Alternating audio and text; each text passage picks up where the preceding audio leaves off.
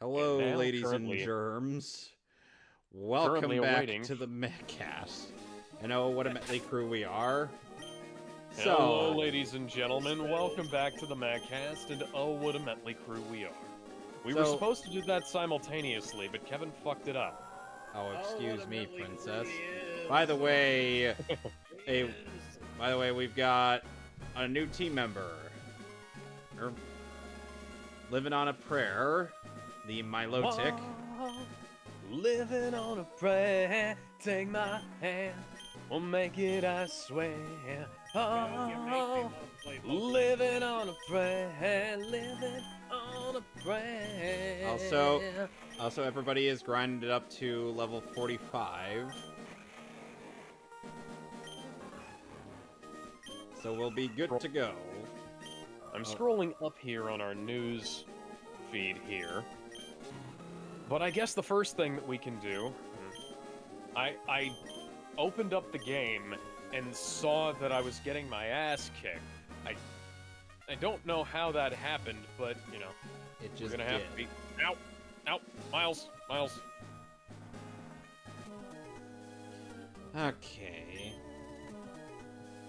I'm being stalked by nerds. Ow! The Heavy from Team Fortress 2 just beat my ass. Guys, I'll be right back. Well, that... Hexmaniac, Kendra, and Collector Ed want to battle.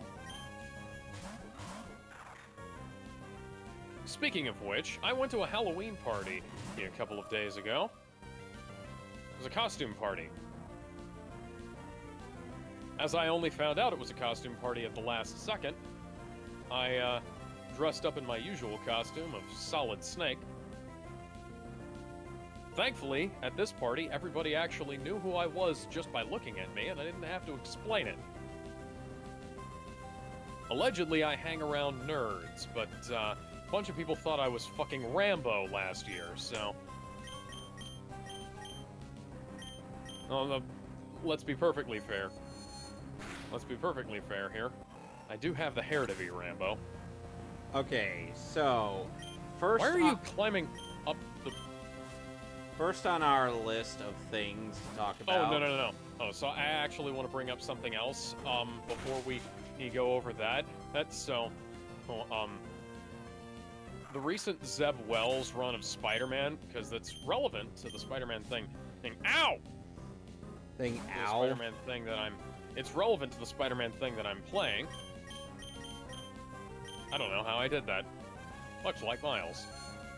Because it's relevant to the Spider-Man thing that I'm playing, I'd like to bring up the fact that... Ow! Why didn't the QuickTime event pop up?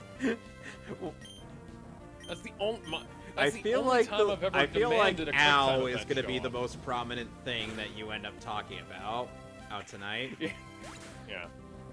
Okay, so anyway... So yeah, I was just gonna bring up the Zeb Wells run of Spider-Man, and is going to feature Goblin Spider-Man. Oh, wow, you just shot your own guy in the back with a rocket launcher, and he... How the fuck did he survive that? I can barely survive that. Anyways, so yeah, in the most recent Zeb Wells run of Spider-Man, Peter Parker has donned the black suit, not the symbiote suit, just the black suit that he wore at the end of Civil... I hit the button and nothing happened. At the end of Civil, I hit the button and nothing happened? Yes, at the end of Civil War, Peter Parker put on the black suit as a means of intimidating his enemies, and is famously the suit that he wore right before giving a beatdown to the Kingpin in his prison cell. In his prison cell, almost completely naked. So that was fun. But yeah, so Peter Parker has put on the black suit and is apparently going to be getting into a fight with Mary Jane Watson, aka currently known as the superheroine Jackpot, over the bullshit that is Paul. Why didn't he just kill Paul? They're genuinely trying to turn Peter Parker into a villain, and because these two cockbags were fucking with his life. I don't even believe that this is Mary Jane Watson, by the way. If they told me that this was a Skrull, if they told me that everybody involved in this was Skrulls, I would believe them, because everybody is out of character in this storyline. It doesn't make a lick of goddamn sense. But they're all... It's the controversy thing. They're trying to push a fucking... they're trying to sell things based on negative publicity alone, and they don't... Why are you saying Me Too out... Man, she has cochlear implants. Okay. If she has cochlear implants, that means she can hear, probably. Okay. So, yeah. So, Zeb Wells' run of Spider-Man and his trash. Which is a no. But we already knew that. It's just that it perpetually gets worse as time goes on. Right. And I'm honestly surprised they haven't done any kind of damage control with it. Because this is legendarily awful. This is like One More Day, but worse. Somehow. I don't get it. And like, the fucking Marvel Corporation, well, Marvel and Disney, apparently they want people to forget that their products were ever any good. Like, Stan Lee would be embarrassed by this. A second. Anyways, yeah, Stan Lee would be embarrassed by this if he were still around. Rest in peace, Mr. Lee. Unfortunately, people are damaging your product as we speak. Okay, it worked that time.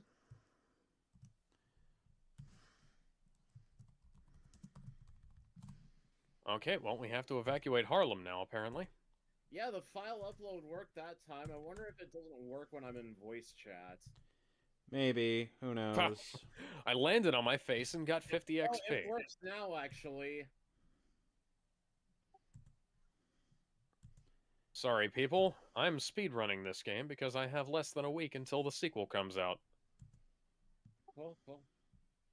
Anyways, Kevin, what were you planning on talking about? Well, we were just going to go through the news, hopefully lightning round this. Well, in something that we should probably pick up from last week, maximum amount of camouflage energy, venom attacks, final blow doesn't cost camouflage energy. Finishers generate 40% of a venom bar. That's a good idea. Oh, hello. Hi, Gizmo. Hey, yeah. Gizmo. By the way, we just got done talking about how Zeb Wells is continuing to ruin Spider-Man, and now we're going to talk about how Max Visaggio almost ruined Superboy.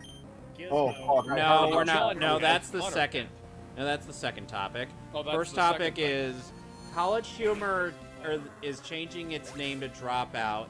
The name of the company subscription streaming platform the company launched in 2018. Yeah. Okay, the subscription platform that nobody knows exists and nobody cares about. It's not like College Humor is a fucking iconic, name or anything. This is equivalent to when Funimation changed its name to Crunchyroll, you know? What? I know that both of them have names, but like this is worse. Yeah, this is about equivalent to HBO Max just calling itself Max, you know? So, hey, a good thing about HBO Max changing itself to Max, now it makes me want to read the Max comics and consume something else.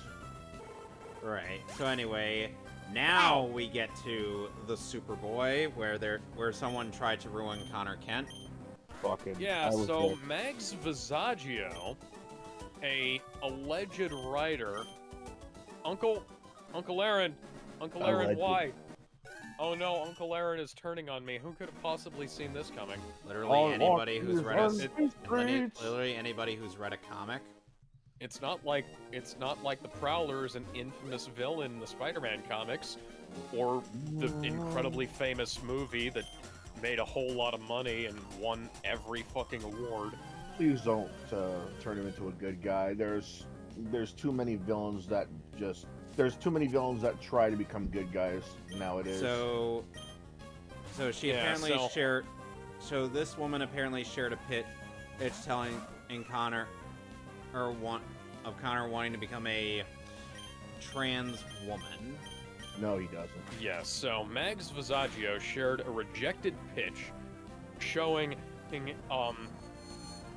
I won't even say it's borderline. This is caricaturistically offensive concept art of a trans Connor Kent, where I don't even know what they'd wind up calling Connor after this. Connie? But, yeah, sure, Connie Kent, and where her, oh, wow. I'd say Miles somehow managed to get out of there, and now we're going to have a fight with Prowler. You know, at this point, you would be telling me don't give DC any ideas, but, you know, what ideas? And the thing is like, people are trying to insist that Connor has always had this thing going on, even though... Well, the thing that they're judging him saying, by the way he dresses. Well, it's a leather jacket. It's a unisex thing. Yeah. Well, people are also completely ignoring the fact that that was a '90s thing. You know, well, like people did. People just dressed. Aside from the fact that people just dressed like that in the '90s, he's like Connor had this thing about demanding he be called Superman, and for a while, because you know he doesn't want to be seen as a boy. Yeah, he was like, you know, the early clone of Superman. Yeah. Well, nobody would know that until, you know, it's been revealed later on. Oh yeah, later. Yeah. We'd know that, but longest time I thought Eradicator was the clone. But yeah. Yeah, but then we find out that Eradicator is just an AI. Literally just an AI.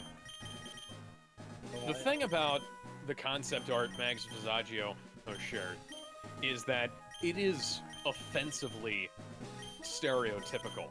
Well, like, if I were to see, like, a transphobe draw up what a tranny looks like? what, like, a trans version of Connor Kent would look like, trans Superwoman, and, or trans Supergirl, or whatever the hell, well, this is what I would expect to see. I wouldn't expect to see this from somebody legitimately pitching this, because this, like, the fucking outfit is so... It's so fucking butch, you know? Oh, like, this is... It looks like it's trying to be... Feminist? You know, you can't juggle counsel in real life. I just want to point that out, Aaron. You know what's worse? What's even worse is that with such a bad concept, you would expect the art to be horrible. Uh-huh. It's not that bad. Yeah. It's not badly drawn, but one thing I want to point out here is that trans Kryptonians are impossible. Literally impossible. For a number of reasons, because... Now, for one thing, good luck injecting any hormones and having them have any kind of permanent effect. And you know... need Kryptonian anything to cut something off. Surgery... Well, here's the thing. Surgery would not work. The only way you could theoretically do that is if he were under a red sun lamp, but even then, that's stretching. Or if he had Kryptonian blades. He wouldn't retain his powers. Kryptonite blades also wouldn't work because spending any amount of time in red sun in yellow sun would cause... Superman regenerated from a nuclear blast from having spent time in a yellow sunlight. Right, he regenerated in the solar chamber. He regenerated from life-threatening brain damage, and his corpse in Batman v Superman and regenerated from a fucking spike to the chest. It's still had kryptonite. You can't. The kryptonite wouldn't matter though. Oh, in the comics and in the fucking movies, is Superman and has regenerated from like kryptonite wounds and kryptonite bullets. Hell, Superman regenerated from a kryptonite knife, from a kryptonite spear cut to the face in Batman v Superman, and like you remember how the scar healed up when he was in the Yellow Sun, right? Right. Yeah. Right. Yeah. There's nothing. You can't make this work. This is absurd. And like Connor's a fucking '90s kid, and he's Man. God damn it, Aaron. Out of all Connor's the kids, a '90s kid, you know. Yeah. Well, like claiming that his taste in music makes him trans is honestly, yeah, that's a little bit gender essentialist of you guys. Yeah. It's a little bit stereotypical. So much for the open-mindedness of this current generation. Am I right, guys? Here's the thing. Here's the thing. Also, and I think we're all familiar with this argument. If this would have been a fresh, brand new character, while we would still have some problems with it, at least they're not taking an existing character and trying to fuck with it and say, this is mine. Because apparently they can't. At least they're making their own characters, but they keep fucking it. But I just don't understand what is the point of taking an existing character and trying to change it up. Because they can only settle, because they're not they don't have a creative brain cell in their body, and they need to give people sloppy seconds. I mean, they clearly do. Maybe not like very good creative bones, but they clearly do have creative bones in their bodies, considering they keep making all these shitty, slice of life, very boring ass comics about social justice worries. Oh, my mom kicked me out because I'm a lesbian. No, I wanted to have a polyamorous relationship. No, I identify as they, that kind of thing. They clearly know how to make a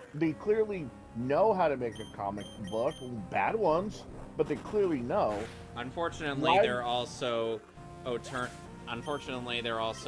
having Jonathan Kent and act as Tom Taylor's insert for bullshit politics on his part. Bullshit. Tom Taylor, isn't he the guy that looks like... Yes, he's the guy that looks like Sabbath. We've been over this before. Yeah. Kinda does, though, doesn't he? It's painfully obvious. And anyway, on to other news. Oh, I will say that apparently there's some new shit about Alan Scott, where they're, Okay, Aaron, I would appreciate it if you'd stop trying to kill me while I'm talking about the news. There's some new shit about Alan Scott, where, they're apparently writing a storyline where he's been blackmailed into having gay sex with J. Edgar Hoover. Oh, fuck. Well, oh, man, that's not gonna end well. Yeah. That is not good. So I will remind everybody, this started back when they made Alan Scott gay, and completely erased Obsidian and Jade. Obsidian being a very good superhero character. And Jade being a really great Green Lantern character. Yeah, Jade just so happens to be an integral aspect of the Green Lantern mythos, being the wife of Kyle fucking Rayner. Those who don't know who we're talking about, it's like he said so himself. He's the wife of Kyle Rayner, another well-known Green Lantern. She's the wife of Kyle Rayner. Yeah, and not many people know her, which is criminal. Jade is a really great Green Lantern character, and she's so powerful, in fact, that she doesn't even need a ring half the time. Mm-hmm. She's awesome. She's legitimately fucking... And Obsidian is fucking... is a goddamn powerful hero, by the way. Man, like they go on and on about, we need powerful heroes as representation, and for all these marginalized identities, and yet they completely erased a fan favorite that obscure her, fairly obscure her hero character, who was a goddamn powerhouse. Like where do you get off doing this shit? Speaking of, is Kyle Rayner single now, or what's going on with that? I think what they did was they erased Jade from the fucking continuity entirely, or else they gave her a new backstory or some shit. Right. Anyway, like they tend to do. Anyway, we had lost Ken Lilly, the voice of Smoke and other Mortal Kombat characters. Yeah, Mortal Kombat characters like Goro and Shinnok from MK9, which is kind of a damn shame. He's a really good voice actor. He a really good Shinnok too. Yeah, and then Troy Baker replaced him in MKX. God. Everything Troy Baker. Yeah. Then we have... Well, no, that's the exception, though. He's a really... Yeah, he's a really good Joker. But the joke with Troy Baker is that he's literally in everything, and everyone knows that it's Troy Baker. It's like... Troy Baker and Nolan North. Yeah, Nolan North, Troy Baker, you know, those kind of... Damn it, Tara Strong. Well, no, Tara Strong to a lesser extent. She's mostly doing cartoons. Troy Baker and, what was the other guy's name? Oh, you just said it, fuck. Nolan North. Nolan North, yeah, he was on the tip of my tongue. Doesn't help that Nolan North and Troy Baker are besties. Well, it helps, because, you know, I guess... What I mean by doesn't help as in... And yeah, they're going to be every... Yeah, well, they're good voice actors. I don't mind them in a lot of stuff, mind you. But the fact is, if you can get actual actors as well as, you know, recruit new voice actors, why don't you do so? You can literally make a lot of money by getting even more well-known voice actors and actresses, as well as hire more. You don't know if they're going to be bad. Just hire more. Aaron's motivation here is fucking weird, because he's like, let somebody else risk their life to defeat these guys. Don't do it yourself. Oh, I'm gonna kill you to keep you from risking your life. You will die. Anyway, then we also have... I'm gonna kill you so that nobody can kill you. Wait, how does that work? Yeah. You know the rules. If you don't want to die, then get killed. If you don't want to get killed, then die. Okay, so Dragon Ball Daima. Balls. Super deformed. They could have called it Dragon Ball SD because it's or Dragon Ball Chibi. But no. Oh, it's like this ends up being a legit thing where somebody wished on some Dragon Balls, wished the cast to be younger, and well, the monkey's paw curled. Monkey. Yep. It does look good though. Like, yeah, it looks well animated. Pretty good. It looks well animated, much better than Teen Titans Go, but and Super at the beginning of the first season. I'm just not a big fan of the chibi stuff. And now that I don't mind it. We can get back to the actual plot. I really don't mind it. You just got to use it sparingly. It's sort of like if you use it in merch, fine. If you use it in promotional material, fine. You're gonna see that everywhere anyway. Like in terms of that. But if you constantly use it in, say, Dragon Ball Z, for example, like we're talking about right now, you got to be very selective. I don't see these as chibi. It's just exactly what the story said. They just turned them younger. Now, if it was chibi to the point of like Neko Arc, you know, this is your last chance to upgrade gear and abilities before the end of the story. The story's fucking over. What the fuck? Yeah, that's why there's a lot of side quests in that game, Alex. Miles Morales kind of feels more like just one of those add-on campaigns in the first game. And they wanted $50 for this? Yeah. It's the exaggerated swagger of a short story. Anyway, so we had lost Keith Giffen, and who is a Blue Beetle artist. Yeah. Not only that, but he also made Lobo and Rocket Raccoon. Mm-hmm. The original creator. 'Tis a shame. He will be missed. Dude, I bet he had stories though, you know, about Lobo and Rocket Raccoon. Like I can imagine like the stories of how people would just look at him and say, "There's no way you can make a comic book about a fucking raccoon in space." Yeah. And he was like, and I bet he was just like, "Yeah, bet." Oh, I'm sure. Then we also lost Phyllis Coates, TV's first Lois Lane. Yep. Well, at least we know Lois Lane is finally meeting Superman up there. Well, Margot Kidder has already passed away. Yeah. A while ago, so... Fuck. Oh, yeah. And... aside from depressing news, we also have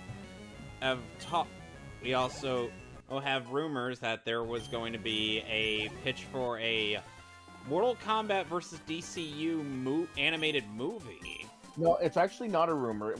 What it is that they did pitch it, but Warner Brothers outright said no. Why? Yeah. I'll be honest. You know, I would have actually wanted that because that would have made a bit more. Because that would have helped to make more sense about that batshit insane story. And granted, that story is still better than quite a bit of the NetherRealm Mortal Kombat games because it makes sense why the character you're playing as is getting all the buffs. It's also better than Injustice. Yeah!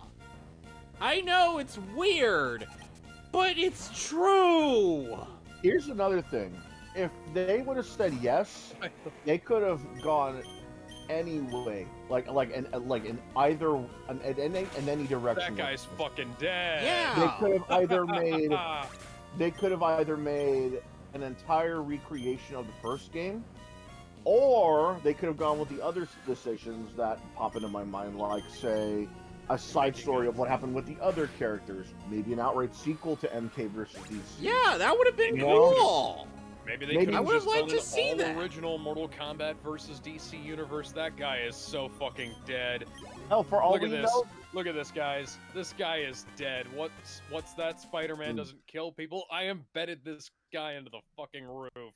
For all we know, if any of the movies have been successful, there could have been like a short serial, like a 3-episode arc kind of thing. Or you know what? How cool would it have been if we saw MK versus DC on the mostly the villain side? Like, let's say, I don't know, Cabal and the Black Dragon invade Coast City, and the Flash's Rogues Gallery start. Yeah, see, we could have had so many interesting things happen, but no. Dude, that's Warner Brothers in a nutshell. They have stuff. They can do stuff with it. They can do amazing things. Zack Snyder pitched these things, and they're like, no.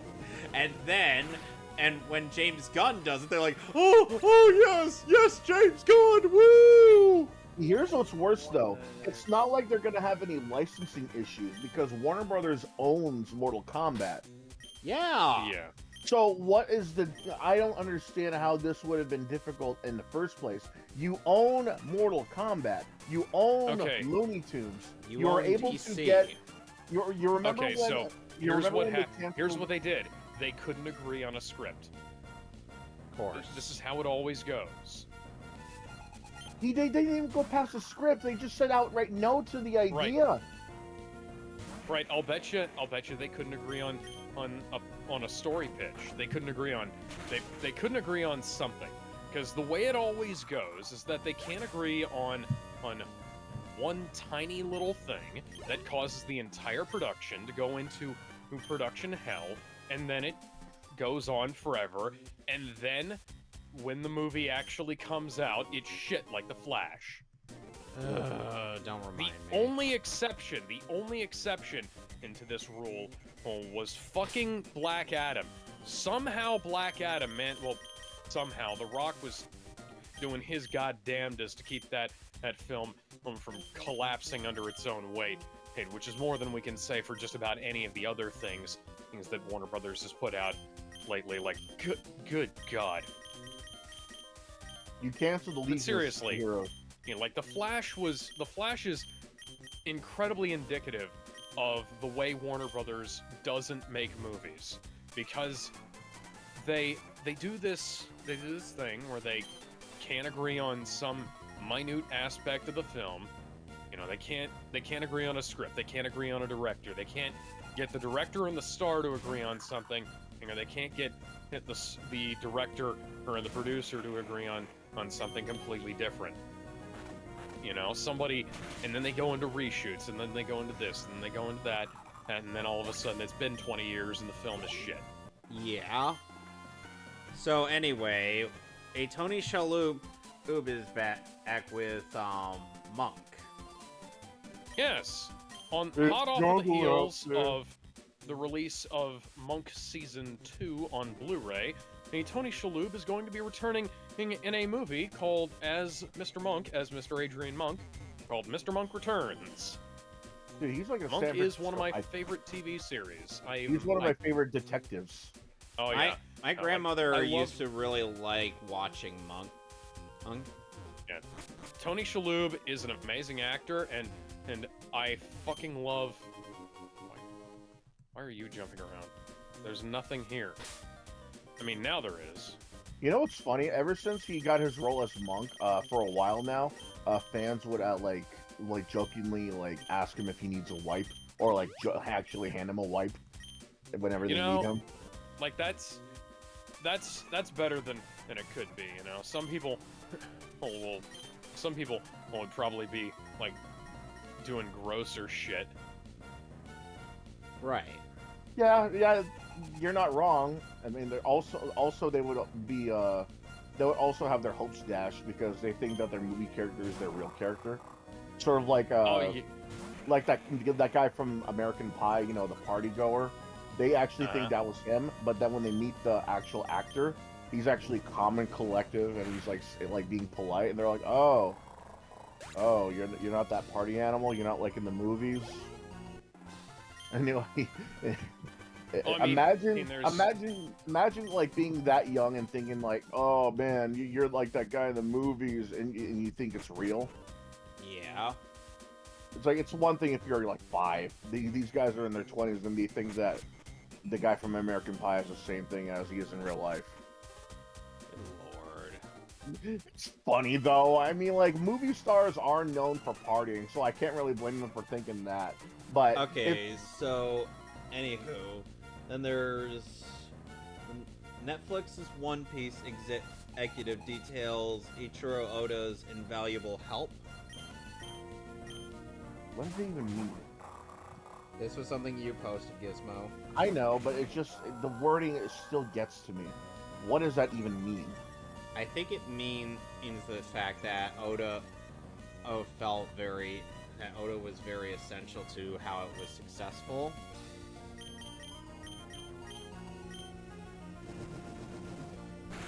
That probably. Yes, I decided.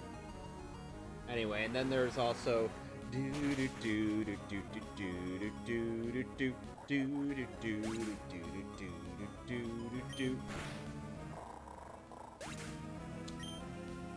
Really? No one? Doug? Yes. Yep. Yeah. They're making Doug is coming back. Yes. I don't care about Doug, so that... Neither do I. Miles, really? You just punched through a goddamn force field. You can't really? lift None this of you gate. watched Doug? I don't didn't care really. about Doug. Yeah, I really don't. Yeah, I didn't. Yeah, I saw like previews for the movie back when I was a kid. I was like, not for me. The show's really good, and the movie was pretty funny too. I remember when the girl that Doug was crushing on thought that monster or disguised as a girl was an actual girl. I think that was. I can't get over the nostalgia critics' reaction to that. I think that was the funniest aspect. Like, no one could really believe. I thought it was funny. I mean, it's fun. It's like, no, I don't think anyone would believe that a woman that looks like exactly like that is human, and yet they actually bought it. But and seriously, and that monster's the one that got the most Valentines. Yeah, and keep in mind, Gizmo, I still, like, you look up Doug Walker's reaction to that scene, and it's just amazing. Anyway, then there's also Jason Blum, one of the producers behind the Five Nights at Freddy's movie. He revealed why it took so long to make. Why did it take so long to make? Well, you don't know. Gizmo, you brought up this news. You tell us. Yeah, like, I thought, the way you were speaking about these articles, I thought you'd be reading them. Yeah, I was expecting like, Kevin, I was expecting you to say, hey, that. So, you say is Five Nights at Freddy's one of the most popular horror franchises out there. It managed to capture a sizable audience because unlike something like Resident Evil or Silent Hill, it's not... Sorry about that, my girlfriend called. Anyway. Welcome back. Yeah, my girlfriend called, so I had to step out.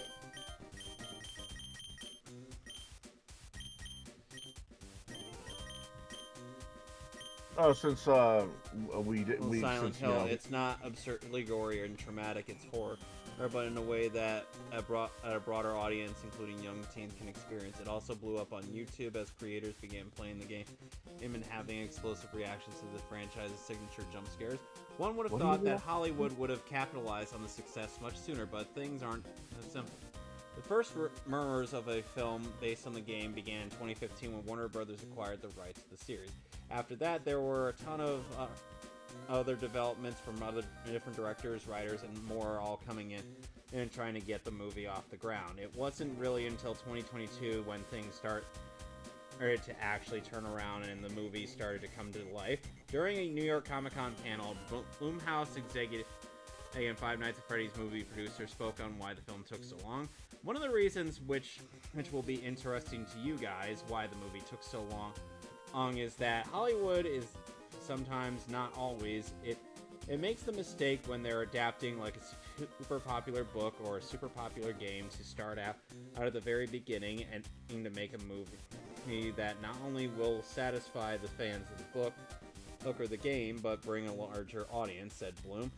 There's always that pressure to bring to a larger audience. One of the reasons this movie took so long to do is how we started, because that's how we started to develop it, but what became clear through the development process is that not the only way to pull this off was to make the movie for fans of Five Nights at Freddy's, and if anyone else came, fine. And what Emma did so well, and what we finally figured out is that we should make a movie that works for the fans. If anyone else comes, that's great, but not try to please them too.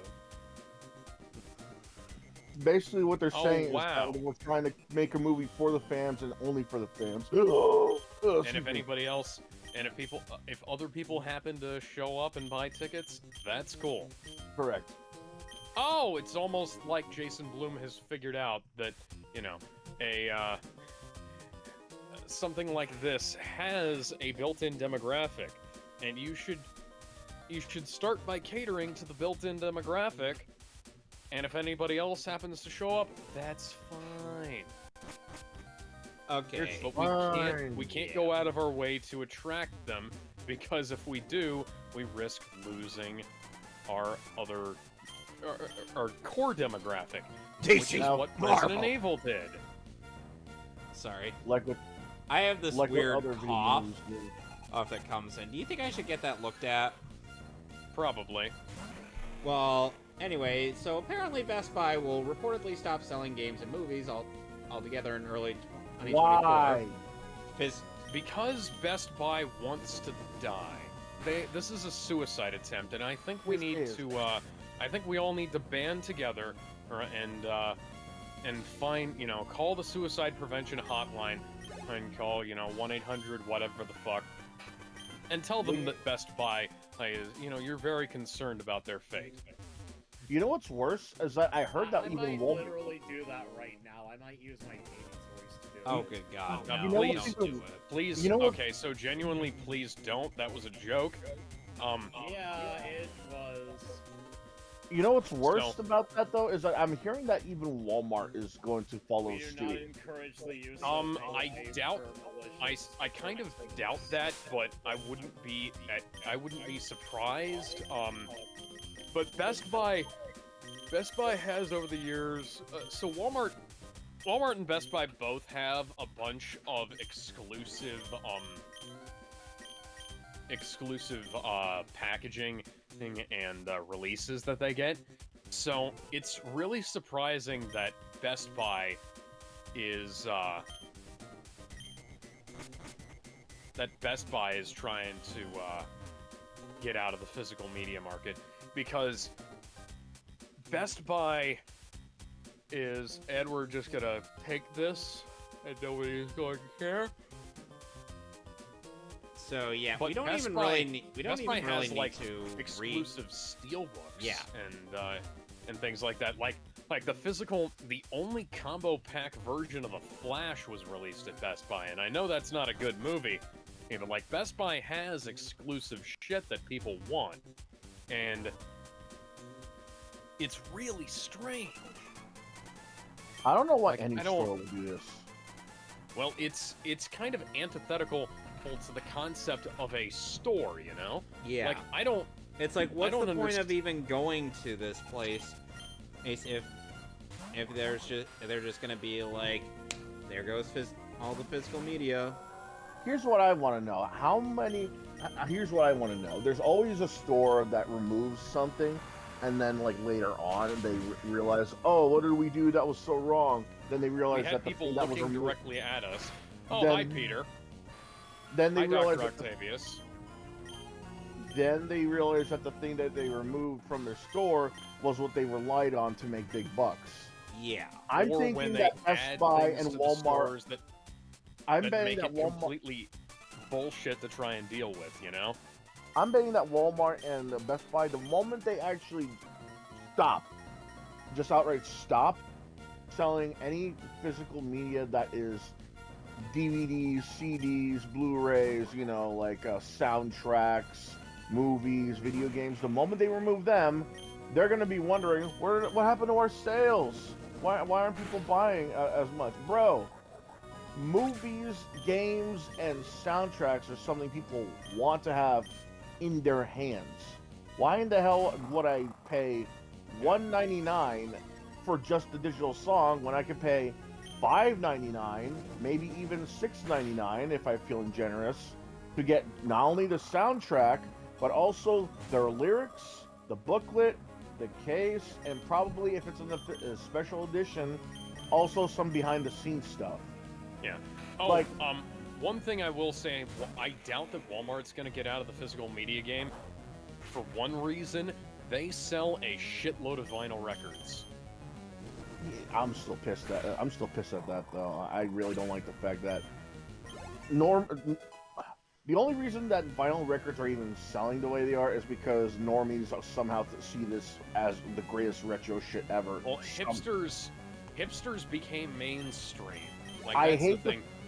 But out of all the things, vinyl records, and these are the same guys that are talking shit about CDs. CDs are more compact and space saving. It's a than compact vinyl disc. records. It's in the name. So why are they like, oh, well, I don't like CDs, so they're useless. Bro, you bought a vinyl record. 5. And they cost a lot more than a CD. Don't bullshit your way out of this. It's like, oh, well, you don't need a system. You know, they're expensive and, you know, they take up space. Bro, you spent over $5,000 for your gaming PC. Lick my ass.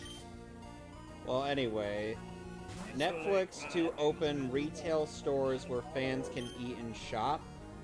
Boo, They'd it's gonna better fail. have Blu-ray and 4K copies of their fucking shows there. It's gonna fail. Because I want Stranger Things Season 3 on Blu-ray and 4K. I want Army of the Dead on 4K. I want Army of Thieves on 4K. And I want to get Rebel Moon on 4K as well. And a bunch of other shit that Netflix has. Netflix, you know, being the company that used to provide physical media, remember that? That they've Netflix stopped doing Farms quite does. recently. This stuff like this, I wish Blockbuster just came back. Yeah. There are 2 blockbusters left in the nation. Nope, not anymore. They closed down. I thought there was still at least. I thought there was still at least one. You remember the one in Alaska? Yeah. That's no longer there. Oh shit. They're all gone now. They are officially no more Blockbusters. So, oh, and Gizmo, you would also address that Disney Plus plans on launching their a Rocketeer series. Hold on for a minute. Let me just step away from the mic so I can do something that's understandable. Okay. Okay, I'm done. What were you doing? I was screaming. Don't fuck with the Rocketeer. No, you weren't. You were fapping to Tara Strong. The Rocketeer is one of the greatest films ever made, and the fact that it was a financial failure is practically criminal. But and now, have you seen the Rocketeer animated series? It's goddamn retarded. Oh, so since nobody here has actually seen the Rocketeer animated series, it's not the Rocketeer animated series. You want to know why? Because it's not the same guy. It's a different little Latino girl. In a pink rocket suit. Yeah. Oh, how diverse! Great. Remember? How about you give us Rocketeer? Remember when they had animated series based on, existing properties that featured characters that were similar to the ones that were in the original. They couldn't do that. They might not have been the best, but they at least tried, which is more than I can say for just about everything. I don't get it. Like, Rocketeer is like, okay, along with the Shadow, Rocketeer has to be one of the most disrespected superheroes out there. Like, sure, it'll get like comic book reprintings and stuff like that, but they canceled plans for a Shadow animated series, and there was a canceled Shadow beat 'em up that is roaming around the internet. Yeah, the Super Nintendo game. Yeah, and the Rocketeer. Disney outright acts like that thing is the redheaded stepchild. When in fact, the redheaded stepchild is in disguise acting like they're brunettes, and that is the Star Wars sequels. They outright just ignore the Rocketeer. It's one of the greatest movies out there. Dude, I loved it so much, I got it on VHS just for the hell of it. I loved it. I still gotta get it on Blu-ray. Dude, that film really is amazing. Good. It's really good, and here's how you know there was a lot of care put into the movie. The comic book creator himself said for the guy to act as the Rocketeer, for that actor specifically, has to be the Rocketeer. Otherwise, there's no movie. Everyone else was like, oh, why don't we get this actor, this actor? They kept on like asking for A-listers. And he was like, nope, it's gotta be this actor or you're not getting shit. He made the right call. Because that guy looked exactly like the Rocketeer if you compare him in the comic books. And nowadays, nowadays, the comic book character looks like him now. And that's a good thing. They looks really good. I love that. And nowadays, it's like, oh, well, you gotta have an A-list actor for all these Marvel movies and DC movies and Valiant movies. You gotta have A-list actors playing characters that are completely inconsequential. Yeah, so, like, to be fair, a lot of the A-list actors, while don't make sense on paper, they did deliver. Like, Robert Downey Jr. as Iron Man, as well as, the Human Torch is playing Captain America. Oh, well, look how wrong we were, but it doesn't change the fact that people keep relying on A-list actors. Yeah. And a lot of them are getting older. I think it's about time they're not creating any new A-list talent. They're just recycling the old ones.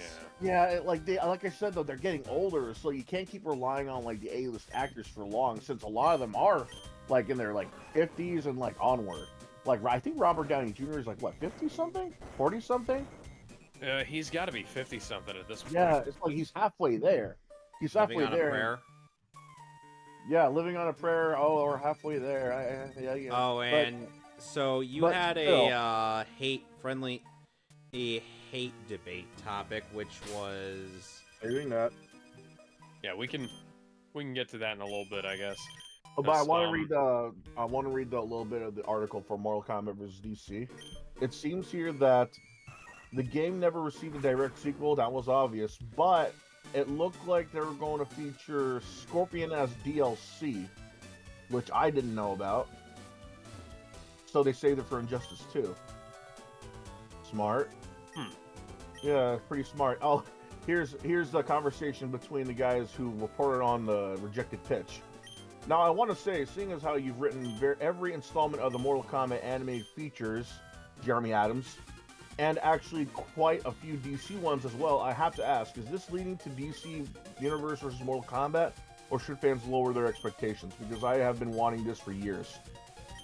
I would lower your expectations. I don't know if they have any plans to do more. I do know that we pitched that a while ago, but it was kind of rebuffed. What, did they hate money? Well, I think at the end of the day, I don't think if they're ever going to do any more. I hope they do, and I hope they call me to be involved. That would be great because I really love it. But I don't know. I don't know. I think it would be really cool, though. Trust me. I would love to see a DC Mortal Kombat. That would be super, super cool. So yeah, don't hold your breath for a repitch of that idea. We'll just, I guess we just gotta wait until a fan film pops up on Newgrounds somewhere. That will immediately get taken down by DMCA. Not unless it's on Newgrounds. Mortal Kombat vs. Street Fighter has been a thing for years, and they're making a sequel to that after 10. Wow. Yeah. That's cool. Dude, it's a really well choreographed fan film. It was like using sprites from Third Strike, I believe, and Mortal Kombat 3. And it was really good back in the day. Now imagine that getting a sequel today. If they're using the models from SF5 and well, it's gonna be 2D. Okay, so I'm thinking arcade sprites, since arcade sprite ripping has become a little more advanced and easy. So I think we'll move on from. So I think we'll not discuss as the friendly hate topic for now. We'll save that for last. For later, later. Resident we Evil can probably 4. skip over a bunch of this. Resident Evil 4 Ashley figure exposes social media hypocrisy. Water is wet. God damn, wait, what? Oh, so for What social media hypocrisy? Who? Mason here just doesn't people know. bitching about a sexy Ashley figurine when there are like naked Leon figurines that they were. So here's the thing: nobody's saying praising. anything about the naked Leon figurines, and the people who are actually against this have been found out that they've been locking a lot of the almost naked Leon mods in Resident Evil 4 Remake. It's another case of your likes are public. Yeah. So people are like, "Oh, this is sexist. This is disgusting." Yeah, Boy, people I talking can look about at how your likes. the mods where Leon is completely naked except for his penis, You know, like a speedo. Yeah. Like he's wearing a fucking banana hammock. Yeah. Okay. It's basically the same kind of controversy that Lady Dimitrescu had. Dimitrescu, yeah. Yeah. AKA the woman that Markiplier simps for. Smash me, mommy. What? Anyway, so Square Enix celebrates Hispanic Heritage Month. Unlimited comments. Gizmo, I think you should take the floor on this one. Oh man, this is fucking hilarious. So, Square Enix decided to celebrate Hispanic Heritage Month, and they had a little banner which looked nice, artistic. Here's the problem, though. You ready? Okay, so we should be calling in the Avengers right now, I think. There's a literal war happening on the streets of Harlem. Nah. There's shit everywhere. There's holes in the goddamn road, and people are... Nah, this isn't an Avengers level threat. We gotta let the studio decide that. Anyway. Here's what's funny though. Hispanic Heritage Month. It's an actual thing. You know, it's not that's not like something made up. Yeah. And when they were happy to say, you know, happy Hispanic Heritage Month, nothing too big. Here's the funny thing. They weren't saying anything woke. They weren't saying anything, you know, entirely anti-racial, you know, racial, anti-racial, you know, that kind of thing. No, you know, being racist against whites is not racist. There's people trying to kill bullshit. you all over the place. They just wanted to celebrate the month. What's the People issue? saw this and immediately got ass mad and thought that it's a white country trying to push Hispanic Heritage Month. Square Enix is Square Enix is a Japanese company. Yeah. Yeah, they think this is woke. I'm like, no, I mean, if the moment they say Latinx, yeah, it's woke, but this is Square Enix, they're Japanese. Yeah. They don't care about Latinx, Latonks, La Blancs, La Billy Blanks. Latonks sounds like a Latin version of Nymphadora Tonks. La Big Chungus. That, like, they're not the kind of people who do that kind of shit. These are straight up Japanese. They're not gonna give a shit.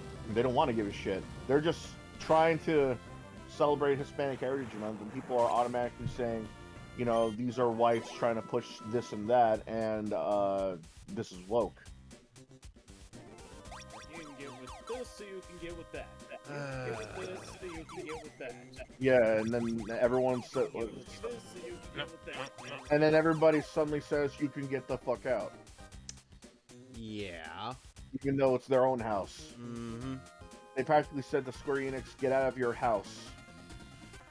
And in other news, GTA... In other news, Grand Theft Auto 6 is apparently going to cost $150 on release, and I just want to mention, and the reason why used games are good is because I paid $3 for Grand Theft Auto 5 at a garage sale. Yeah.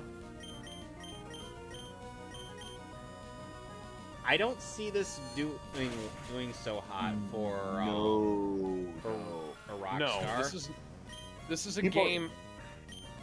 This is not good. That's absurd. Like $70 for Spider-Man 2 is fucking pushing it. $70 for most of these games that they're putting out is pushing it.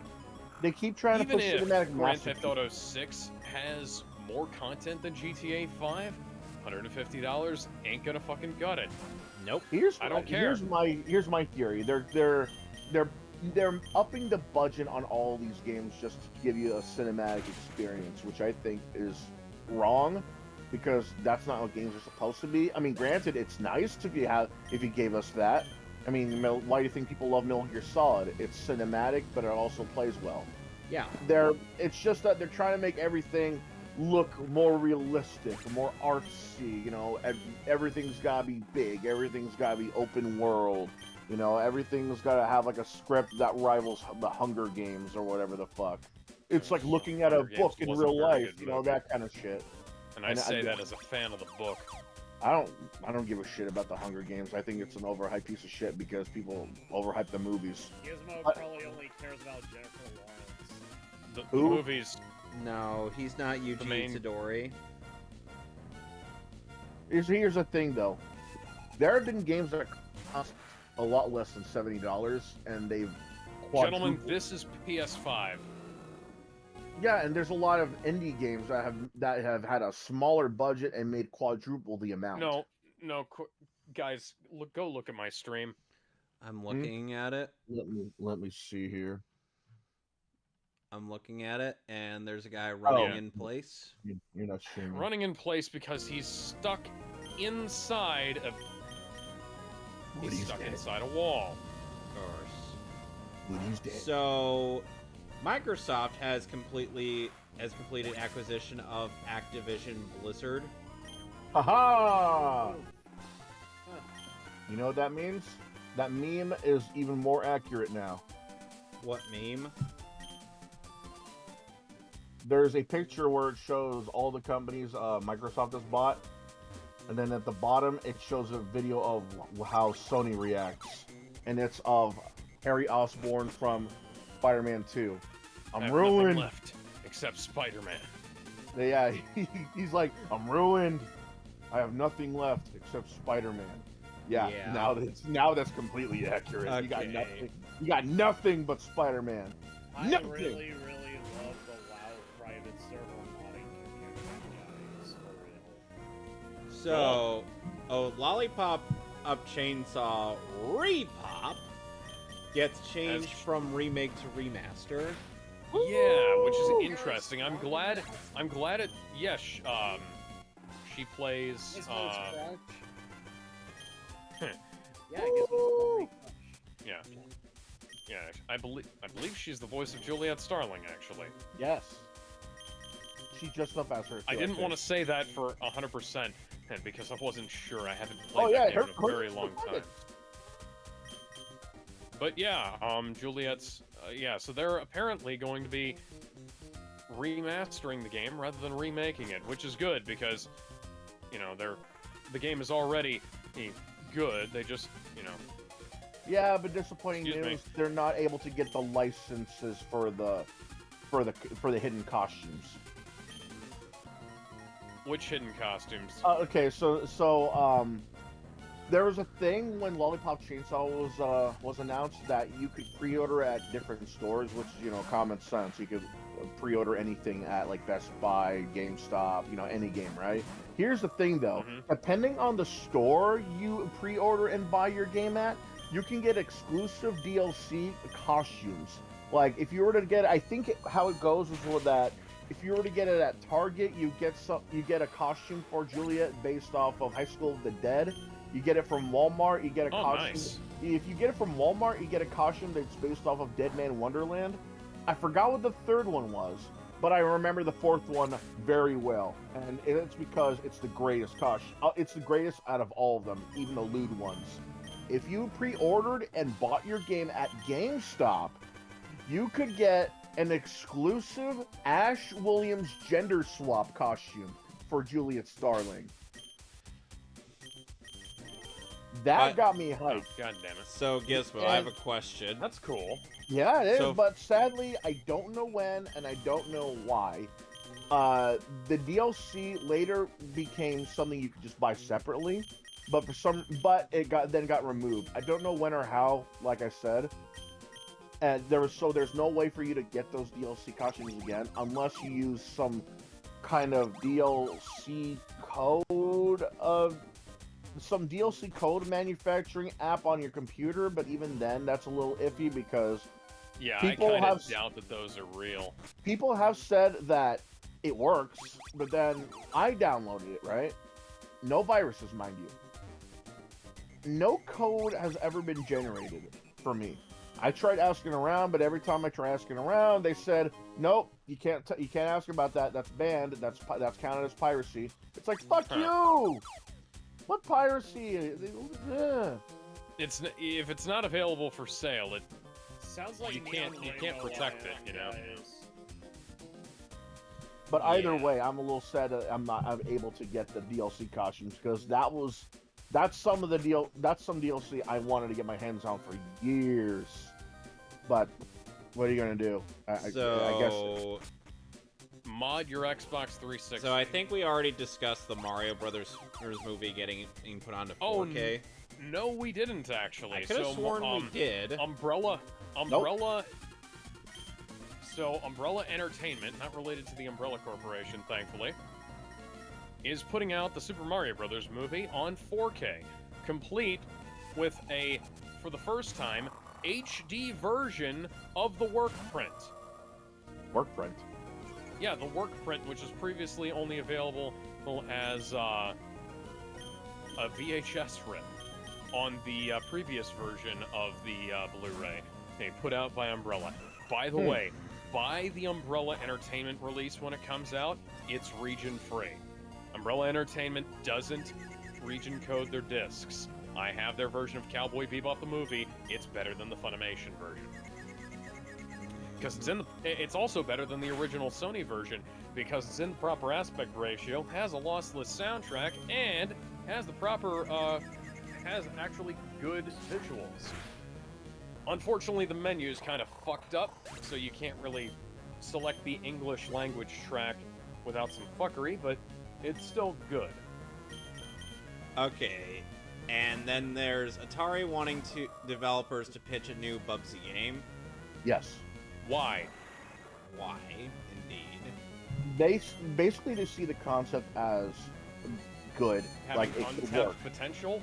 Yes, they actually see something in the Bubsy series that can potentially, do wonders. I mean, they're right, but nobody's done that yet. Yeah, that's the problem, though. Like, there's only been okay, so Bubsy has been released for. So Prowler's actually helping me. Bubsy has been released for. Thank you, Uncle Aaron. It's almost like we could have come to this conclusion without having to beat the shit out of each other. Genesis, Super Nintendo. Let's see what else was there. PlayStation. PlayStation 1. Right, infamously. PlayStation. Let's see. I think Game Gear, Jaguar. PS4. PS4. I think the Game Boy.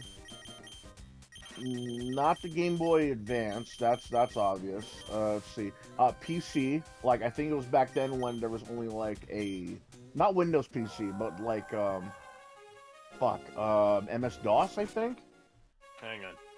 Let's see here. I'm talking about just the original. Super Nintendo, Mega Drive, Genesis, Game Boy, Atari Jaguar, PlayStation 1, and PS4, Nintendo Switch, and Microsoft Windows.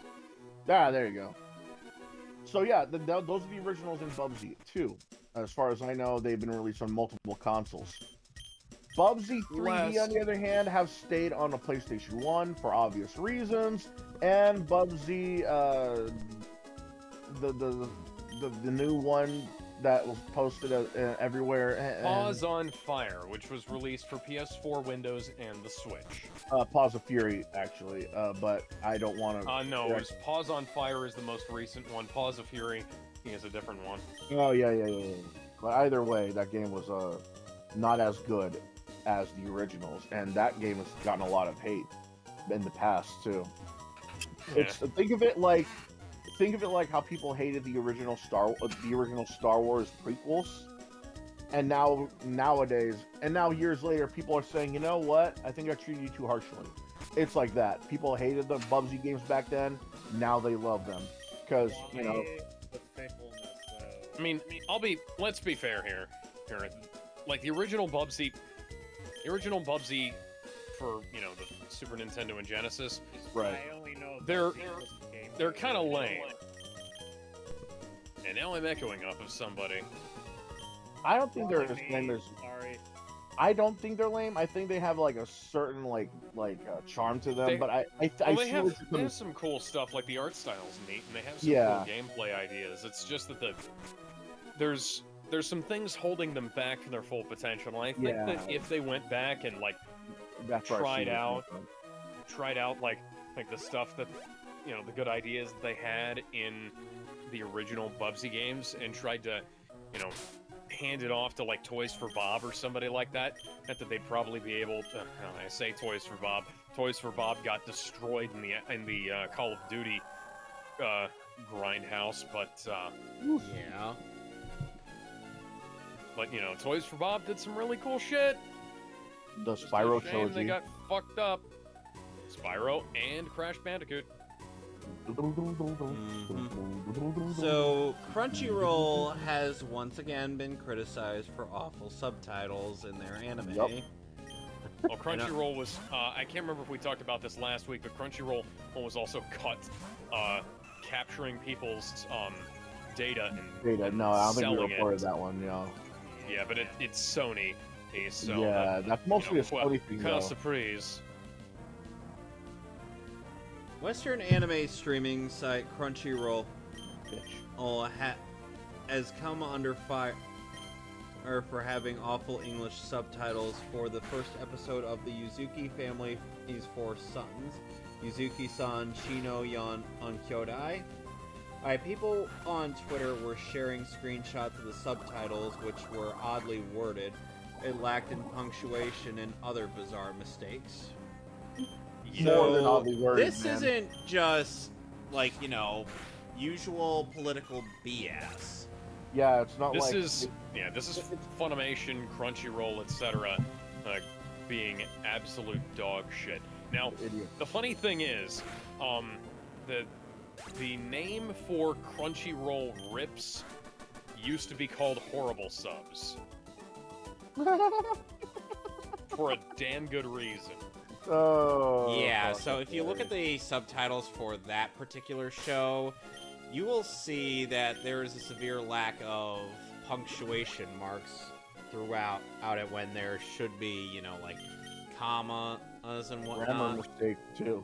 Yeah, grammatical errors as well, so yeah, I pity anybody who just wants to watch the subs of that. And I dread how the dub's gonna turn out. People suspect that Crunchyroll ran it through something like Google Translate, some kind of machine translation, without actually bothering to perform fine tuning on it. If they like, did, Google Translate can give you a good idea about how something is kind of supposed to be, but it's not like the final. You can't use it as final touches. It's good for like making sure that you're not off in La La Land on a translation. You know, I used to use it to check my translations in college. It's just to make sure that I had the right fucking idea. And it saved my ass a few times, because I'd go through it and it was like, oh, okay, this is just wrong. And then I was able to get a good idea of what I needed to say instead. And it's why was that hanging in the middle of the air? Right. And yeah, it's a good tool. It's not something that you use for your product, you know? You want to read an example of the grammatical errors they've done? Sure. Oh, I thought. Okay, I thought Ridley. Hang on. Yeah, I'm also. God damn it. Keep in mind, I'm also trying to play a game here, so that. Yeah, I'm getting my ass kicked. I'm trying not to die. I'm doing the same. Okay. Right. Well. All right. So. Oh, for the first episode. Oh, we've had. And like Minato, when do you want to eat? You are going to be late. There's no period after the word Minato. Oh, and there's a capital O W for when, and as though to indicate the start of the next sentence. That should. Yeah. It's not even an 8 o'clock. You won't be lit. 8. So they have an apostrophe there.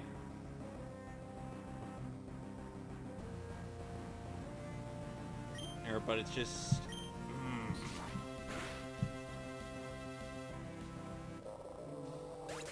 Oh god, these are like run-on sentences. Oh yeah, Gizmo, did you listen to that WAV file I posted earlier? The one with Gaston singing What Green Day? you are doing is carcinogen.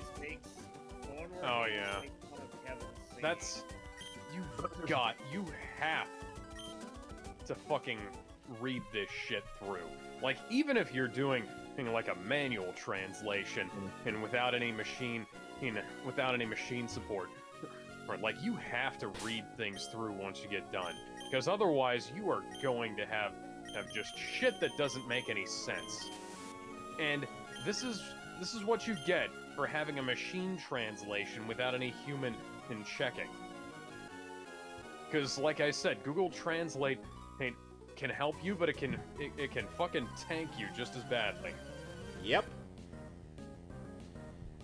Anywho, next up we have Alien Hominid Invasion and Alien and Hominid HD launch in November.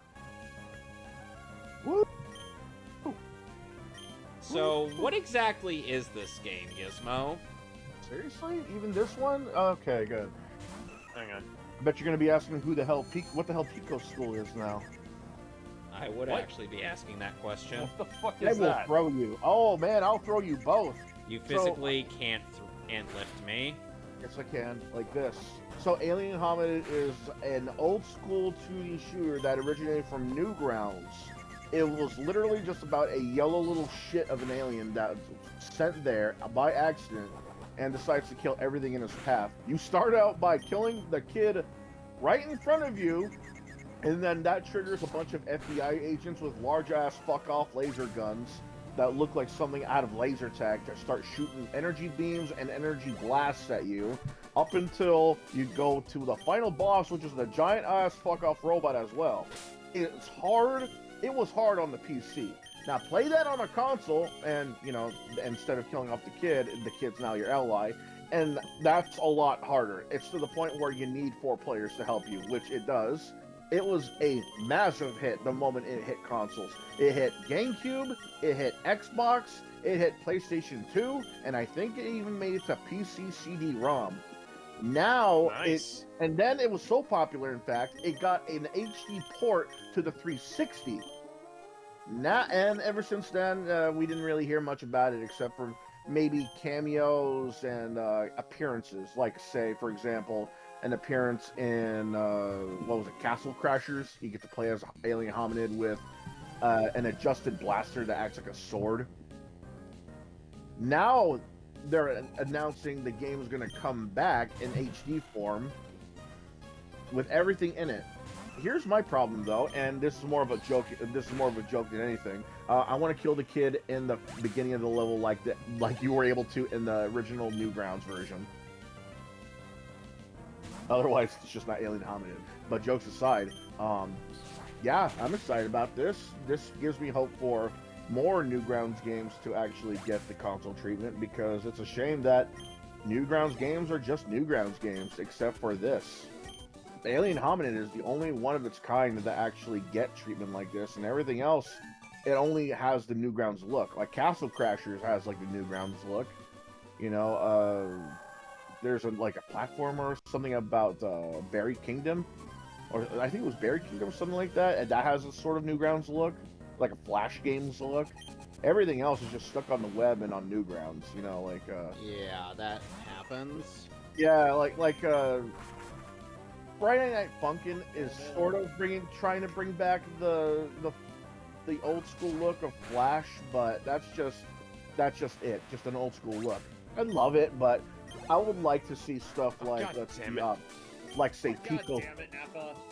But like, I legitimately would like to see someone try and bring back, let's say, I legitimately like to see someone try and bring Pico's School, or like as like an M-rated point and click, or just bring in Pico for his own game, you know, something like that, or like maybe like bring home make a game based off of the old school stick figure like Flash games back in the day. Dude, that would be fucking amazing. Like stick figure combat. Yeah, like stick figure combat, the Xiao Xiao, stuff like that. I was hitting dodge. That I would love to see happen. Like, oh man, or even stick figure arena. That needs to make a comeback too. That was the shit back in the day.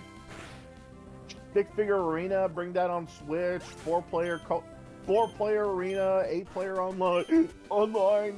That's gonna come back sooner or later. But yeah, this gives me hope that Newgrounds style games might make a comeback soon, and not just as fan projects. Well, as much as we'd like to continue on with, like, good news, unfortunately, Matthew Mercer is voicing Vincent Valentine in FF7 Rebirth. Should have been Crispin Freeman. Yeah, Crispin Freeman actually was like, yeah, I'm not voicing this character. Or somebody actually asked him about that. Shit. And yeah. It's like, really? We're giving Matt more roles that he doesn't need? Okay, whatever. Matthew Mercer is a good voice actor, but unfortunately Matthew Mercer is also a giant fucking tool. Yeah. Oh, okay, that's why I know that. And his D&D campaign is not funny.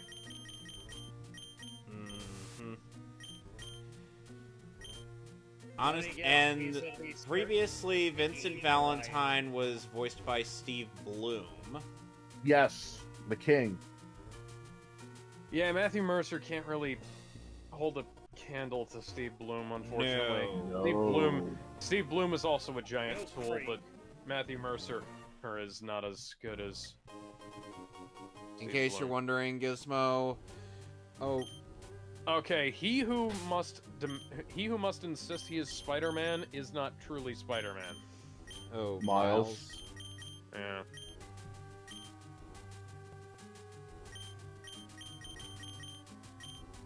I guess Yellow Flash was right.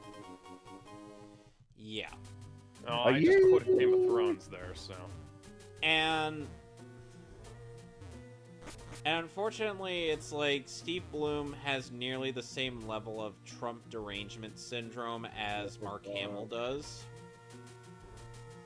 Well, at least he's not telling. At least he's not telling his own granddaughter to fucking abort the baby. God. That was fucking painful when I read that. Yeah. Wait, who said that again? Mark Hamill outright told his own granddaughter to abort the baby. He told his it wasn't his granddaughter, or it was his son's girlfriend. Yeah. That doesn't make it any better. Disgusting. No, it doesn't. I guess he really is stuck in the dark side. Well, then he's also the Joker. That doesn't make it any better. Well, no, I don't think Joker's the kind of person to just kill off babies unless it's funny. Yeah. Yeah. And so, and reminder, Matt Mercer is also the same kind of person who after losing his family member, some of his family members to COVID, had decided to make it a political statement, because of course that makes sense. Yeah, that's something that a sane and well-adjusted human being does. Let's just say he needs a big cup of warm shut the fuck up. And of course, he also complained when Kyle Rittenhouse was proven innocent. How many times we guys say he's innocent? They attacked him. Well, that was at the time. I'm like, we've already kind of gone over that. But yeah, yeah, but people are still Sniper Wolf doxed SS Sniper Wolf doxed Jack's Films on Instagram and went to his house in real life. Wow. We're going there now. Oh my god. For those of you who don't know, Jack's Films is the guy who's been making. Why didn't this bitch get Gwen Stacy'd? He's saying, Miles, why are you taking your mask off to do this? And this is why we shouldn't have a computer in the fucking mask. Why do you need a video screen in the goddamn mask? Just one more thing to go wrong. So for those who don't know about either, or as well as the situation, somebody stop me. Jack's Films is an old school YouTuber that has been around practically since almost the beginning, like 2006 or so. And I've seen his content off and on for almost 20 years now. Yeah, oh god, I feel like an old man. He's known for what was it called? Trailers with lyrics. Yeah. You know, sort of like he it's not. It's sort of like Tobuscus. It's sort of like the sun in the palm of my hand. It's sort of like Brennan Floss, except it sounds a little more improv. Like he doesn't like you know, like it's not like how Brennan Floss, where he's got a rhythm, he's got a song dedicated to this one subject on this one game. No, this one it sounds like he's improvising on the lyrics as he's watching the trailer for the first time. That kind of thing. I can't hurry, game. You won't let me. Example. Why are my earmuffs still on? Example. Hang on. Why did I need earmuffs when I was in the mask? Sorry, keep going. Example is when he made a trailer with lyrics for The Legend of Zelda. I think it was Skyward Sword. You're talking Tobuscus, dude. Oh fuck! Then fuck me. Then all I know about is Jack's Films is an old school YouTuber that is been around since 2006 or so. Tobuscus is another guy. I keep forgetting that they're not one of the same. Did Tobuscus ever successfully sue that bitch? I think so, and I guess that's why he's still around. But either way, that's not Jack's Films. That's Tobuscus. I'd like to hope so. In a lot of successful lawsuits, you're not allowed to say very much. Right, but this is a lot worse than that, because why unlike did the frame rate drop there, while Tobuscus might have won in court over someone that was practically shooting false allegations at him. I'd like to think he at least got some happy ending that he's not supposed to talk about. Well, unlike Tobuscus, Jack's Films is dealing with something else, and it's, I think, a lot more creepier and a lot worse, because at least that will settle in court like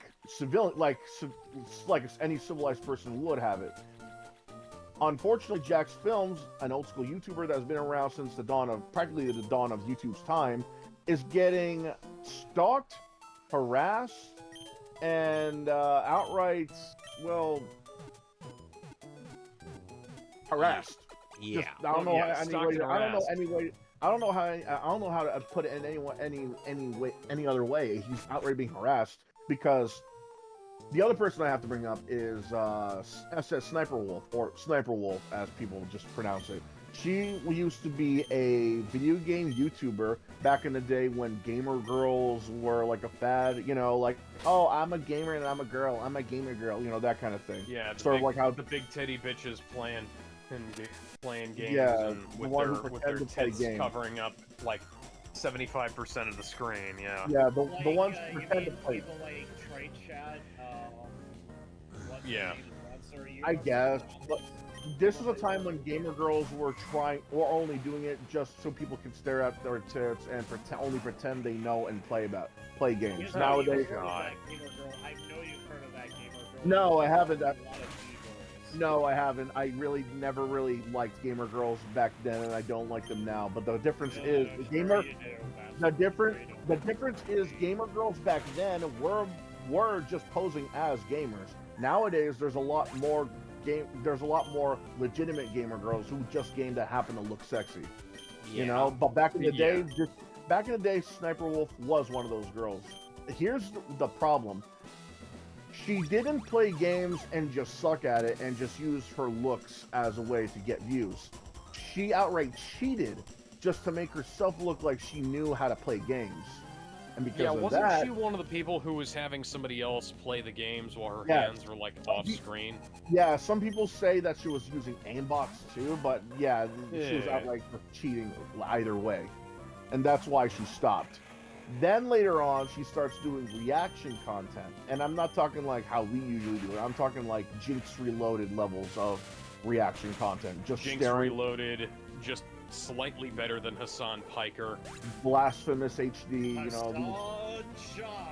Here's the problem though. When she reacts to her content, she's not really. While she does say something, unlike Hassan or XQC, she basically says the obvious or steals jokes. Like, for example, let's say she was reacting to a video of Mudahar, you know, and he's talking about a conspiracy theory in the soda industry, right? He hasn't made a video like that, but let's just say he did. So let's say Mudahar is saying stuff like the sugar industry gets $1 billion, and they do that by trying to coax kids into drinking sugar early, sort of like the tobacco industry. Then once she hears that, she outright repeats it like, oh my god, they're going after kids for billions of dollars? It's like the tobacco industry, wow! She's literally repeating what he said. Yeah. And even if there were no words, and let's say... Ultimate sacrifice trophy. And say there's a chicken laying an egg the shape of, I don't know, a fucking Ramune bottle. She'll outright say it like a play-by-play. Oh my god, the chicken laid an egg and it looks like a soda bottle. Is it Ramune? It looks like a Ramune bottle. She does that for like long periods of time. She states the obvious. She does play-by-plays. She repeats words. And what's even worse, if there are watermarks, she'll outright zoom in enough in the video so that the watermark is not, so like it's not visible anymore. Sometimes she'll even cut off videos of certain jokes so she can act like she made the joke. This example is another good one. When someone made a TikTok video of himself recording his car, showing the damage, one of the things he says is, someone did a Hadouken on that car. He cuts that part out and says, oh, someone outright did a Hadouken on that car. Acting like it's her own joke.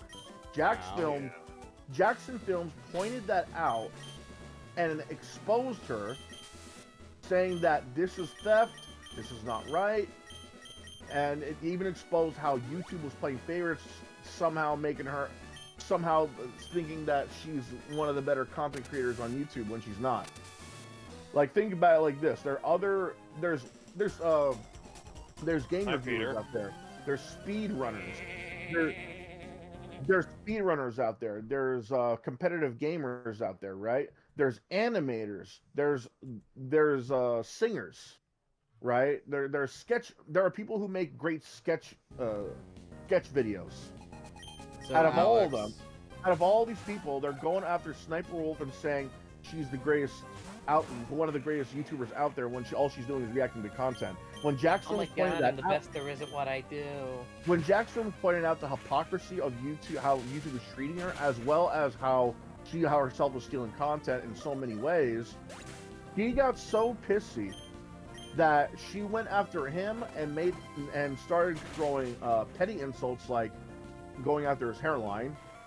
Ha ha ha, he's going bald. Like, And then afterwards, she starts saying stuff like how he's harassing her, as well as going after her because she's a girl, and saying stuff like, notice how he's only going after girls who are doing my kind of content. When your kind of content is garbage no matter who's making it. That's false too, because she's not the first one who made this kind of content, and people have been going after those people too. Jinx Reloaded, Blasphemous HD, XQC not to that degree, because he wasn't doing. He wasn't doing content worse, like that. Hassan's worse. Well, no. Well, the reason I didn't bring those guys up is because they haven't really been doing that stuff back then. You know, in the Jinx Reloaded days, you know, in the Blasphemous days. But now they were doing this before she was.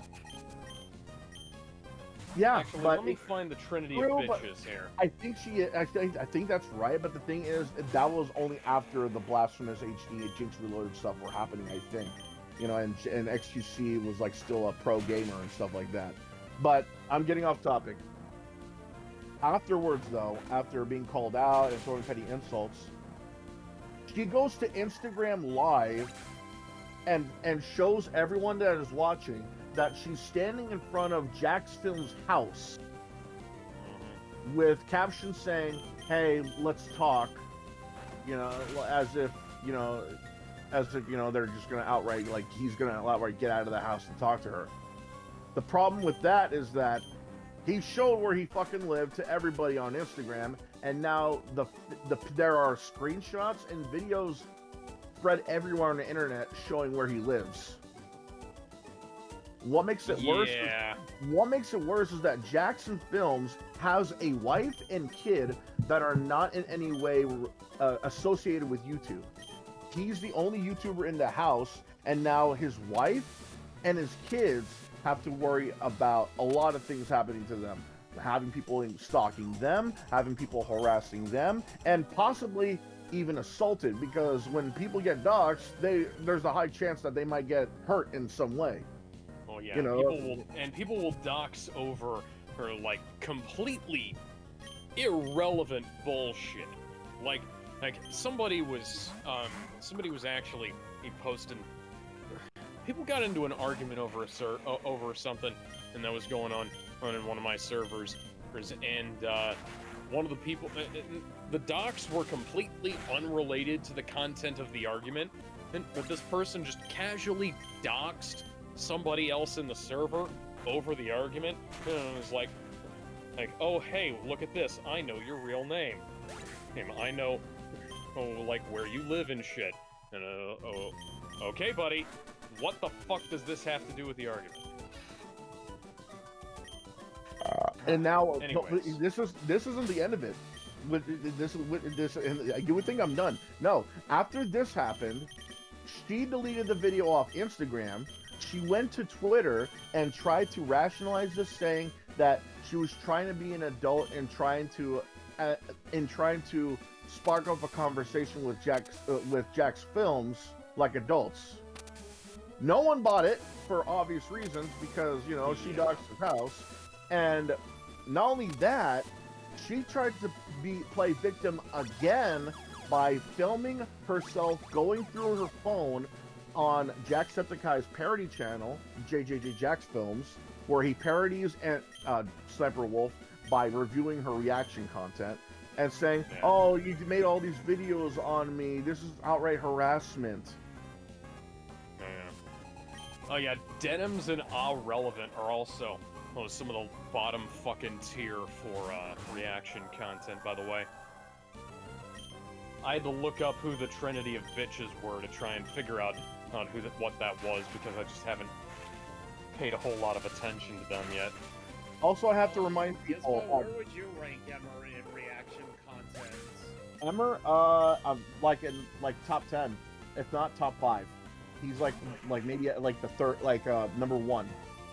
Emmer Previs, he's like ahead of his time. He was ahead of his time. He was actually doing reacting content correctly and in his own way at the same time. You know, this now is back we get then. to see things Emmer that Previs, people actually bought the game for. Emmer Previs, unfortunately, you know, I wish he lived long enough to see this, because then he would give his 2 cents on how reaction content can be, you know, cancer. But here's what else that's happened. Because of this, people who are fans of Sniper Wolf, I don't know how you get fans, but okay, are trying to defend this, saying, you know, well, he didn't get hurt. Okay, fucking and he still doxed him. And she even outright tries to say, "Oh, I don't know how to dox." Bro, how long you been on YouTube and you don't know what doxing is? It's in the name, posting people's documents online. And and she claims that she found Jack's film's address. Oh, Mick Wingard was one of the escaped prisoners. Alejandro Saab was in this game. Huh. He claims that she found the address of Jack's films on Google.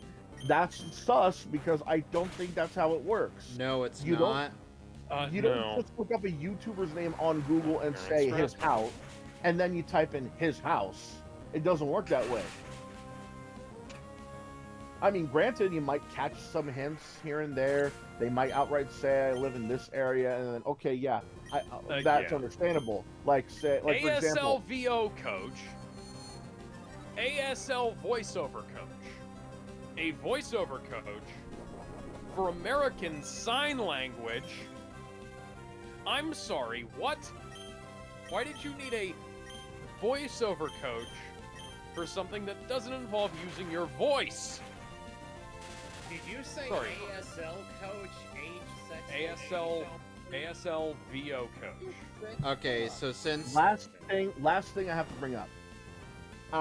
All of this, you would think that all of this happening, you would think that Sniper Wolf would get into some kind of trouble with YouTube, right? You know, it's sort of like how someone would get. No, she did not.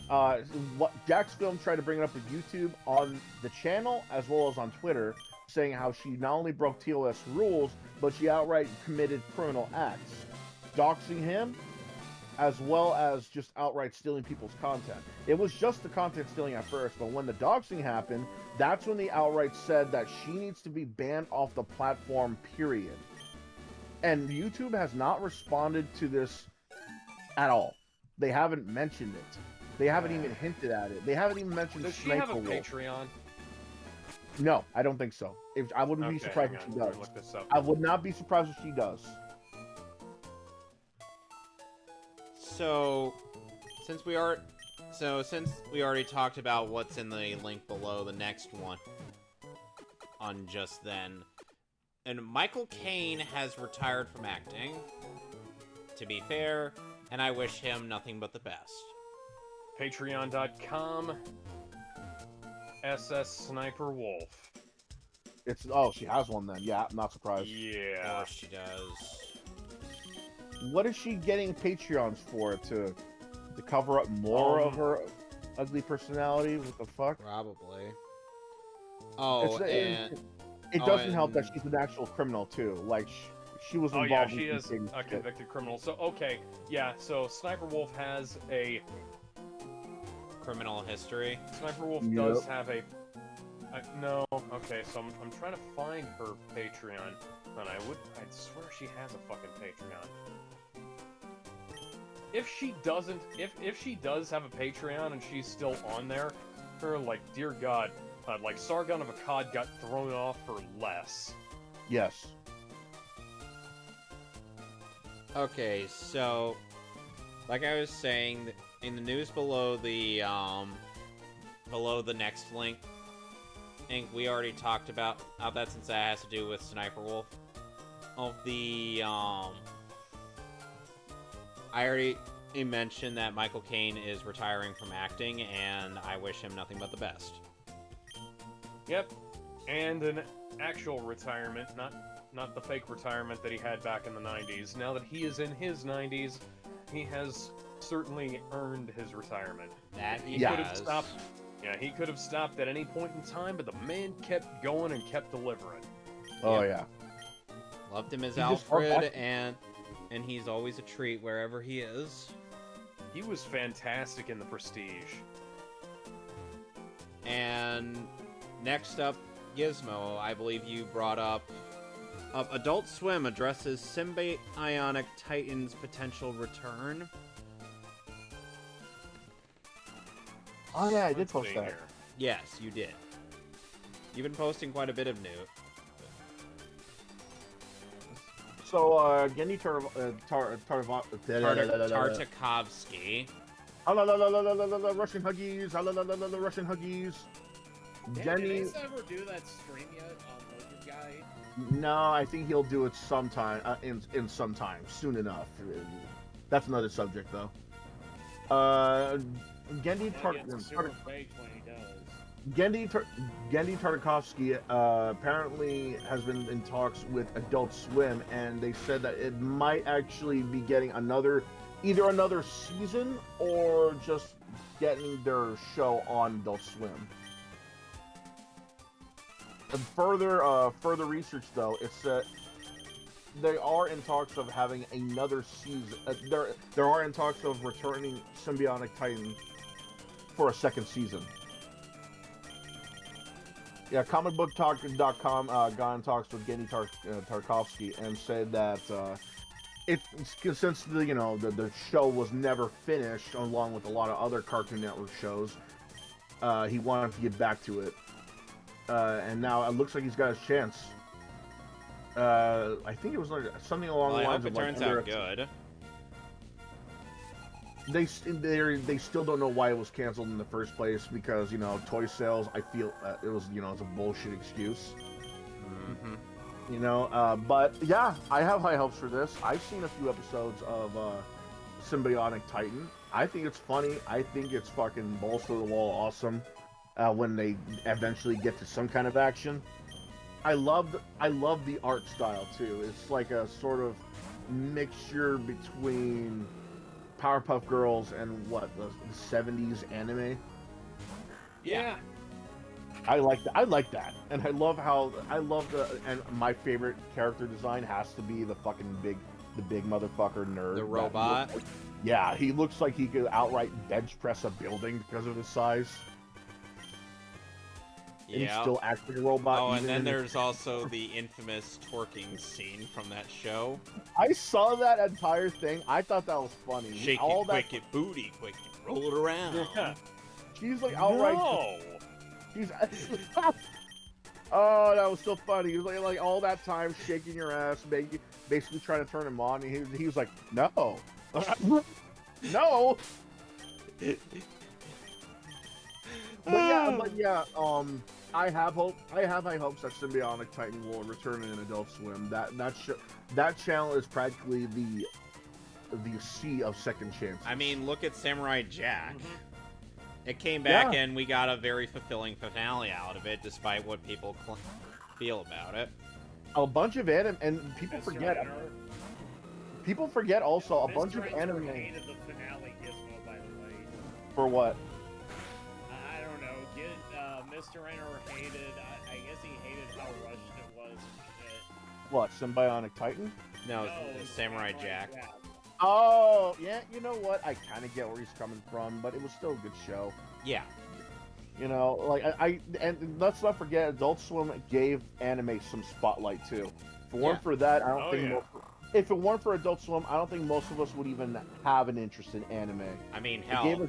It gave us Dragon Ball Z, it gave us Sailor Moon, it gave us Antaro. Adult Swim didn't give us Dragon Ball Z. That aired on Cartoon Network. It did. Or its regular blocks. It did. It didn't air on a... But Adult Swim got Dragon Ball Z Kai. We didn't get Toonami until much later. We didn't get it on Toonami until much later. Adult Swim had some Dragon Ball Z stuff on. Toonami would have Dragon Ball Z after Kids WB ended up dropping it. Adult Swim had some anime, and Dragon Ball was one of them. Well, then there was also Bleach. That was on Adult Swim. Right. Oh, Cowboy Bebop. Yeah, Cowboy Bebop is Adult Swim's biggest show on there. To the point where even nowadays when they're rerunning it, they do not skip the intro for ads. So... that was one of the things that made Cowboy... One, it was one of the things that made Cowboy Bebop big, and it was one of the things that made Adult Swim big. That and Fooly Cooly. Joke. Jose Quesadilla is in the credits for this game. That's fucking great. Jose Quesadilla, that is not a real name. Oh my god, that is so stupid. Okay. I know it's not his real name. And the very last Joe bit Quesada. And the very last topic for this week, besides the friendly hate discussion, Super Mario RPG Remake has removed Mario's peace sign and replaced it with a simple cap wave. Yeah. I'm just like... I don't like the cap wave. I prefer the peace sign. Peace sign was iconic. It was a thing that has been around for a very long time. Since, what, Super Mario World? Super Mario Brothers? I think it's been around since Super Mario World. Yeah, Super Mario World. Yeah, but... And the fact that they removed it kind of removed some of the identity of the series. Yeah, it kind of did. Modern Mario considers it too cartoony. Too kiddie. I never understood that. Yeah, my response was simply just, ooh. Still getting the game. Yeah, it's one of those things that doesn't affect the fucking game, but it's lame, man. Yeah, it's really kind of lame, though. I don't get it. This is one of those things where it's like, okay, it's inoffensive, but why? If it was not a big deal, I wouldn't remove it at all. I'm not gonna say this is a form of censorship because it's not like it's offensive to anybody. You know, like it's not like the Brits are like, it's not like the Brits are looking at it like, oh my god, how dare you show that? You know what that means in our country? That's an entirely different thing, but you know what I mean, right? Yeah. But it's still really odd to see something like this removed and replaced with something like a cap wave. It's not like the peace sign is outright lewd or dangerous or anything like that, because that's the kind of thing I expect when I hear that something's been removed and replaced. You know, being offensive, that kind of thing. It's sort of like how the Squidling in Mario Kart 8 event got a gesture removed because it meant it meant something else. So now she just waves or lifts her fist up. Yeah. Yeah, like I think it was the sign of like suck it or something like that, but then they removed it and just replaced it with a raise of a fist instead of like doing that gesture. I don't even know what it's called, but you know what I mean. The one where you put your arm on your hand on your arm and raise your fist. Yeah, that one. Yeah, that one. Yeah, I know what you're talking about. Somebody apparently that's supposed to be like an up yours thing. Yeah. In some areas, but I mostly remember that as being the motion that Luffy does right before he punches somebody in the face. So. Yeah, this peace sign removal, it just doesn't make sense to me. It's a gesture that's supposed to be symbolizing confidence. That is a lot of legalese at the end of this game. It's a peace sign, though. It's really harmless. It's not even offensive. Yeah, oh yeah, that's the thing. So that's all for the topics of this week, or of this week.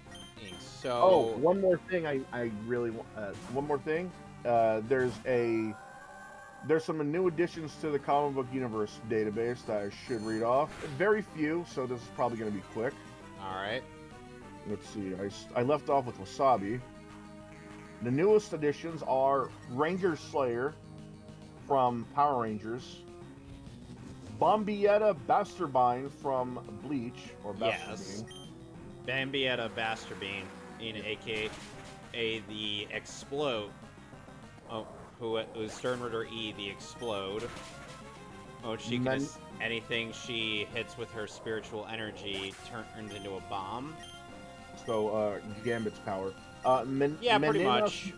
Meninas McCallan from Bleach. Yes, as Sternritter P, the power, or she essentially, it has absurd superhuman strength. Killian Jones from Once Upon a Time. Basically, that version's hooked. Atsuko Kagari from Little Witch Academia, The Enchanted Parade. Evangeline from Image Comics. Kendrix Morgan from Power Rangers Lost Galaxy.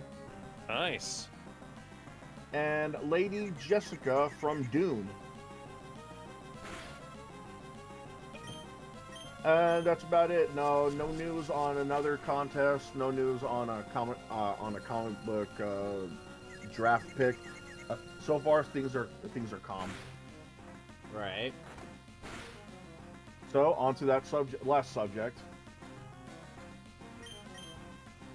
That would be the friendly hate debate topic today, and the topic is: which of the following schools would you rather stay in up until their catastrophic events and past until graduation? Beacon Academy from Ruby, Balam Garden from Final Fantasy VIII, Hogwarts Witchcraft and Wizardry from Harry Potter, or Xavier's School for Gifted Youngsters from Marvel's X-Men. And I did say that research is encouraged to choose and debate about the subject. Yeah, and we don't get any, like, pro-tag powers and whatnot, so... Actually, no pro-tag powers. Yeah, for X-Men, and that's one of the things where you could, like you have to have a superpower, or otherwise you're not a member of the X-Men. Well, all these schools require you to have some sort of ability. That's why I said that. That's why I decided to make it a little more fair and say that you have mid-level powers, like mid-tier powers, right? Like street level, at the very least. Street level at the very least, or city, and nowhere almost at city level if you work hard enough throughout the years. Yeah, you're gonna be like sort of like how Iceman went from covered in snow to now covered in complete transparent ice. That's as hard as steel. So yeah, Beacon Academy, Balam Garden, Hogwarts, and Xavier School for Gifted Youngsters. Well, let's... You can make comparisons and debate it to yourself and others as much as you want. I think this is interesting.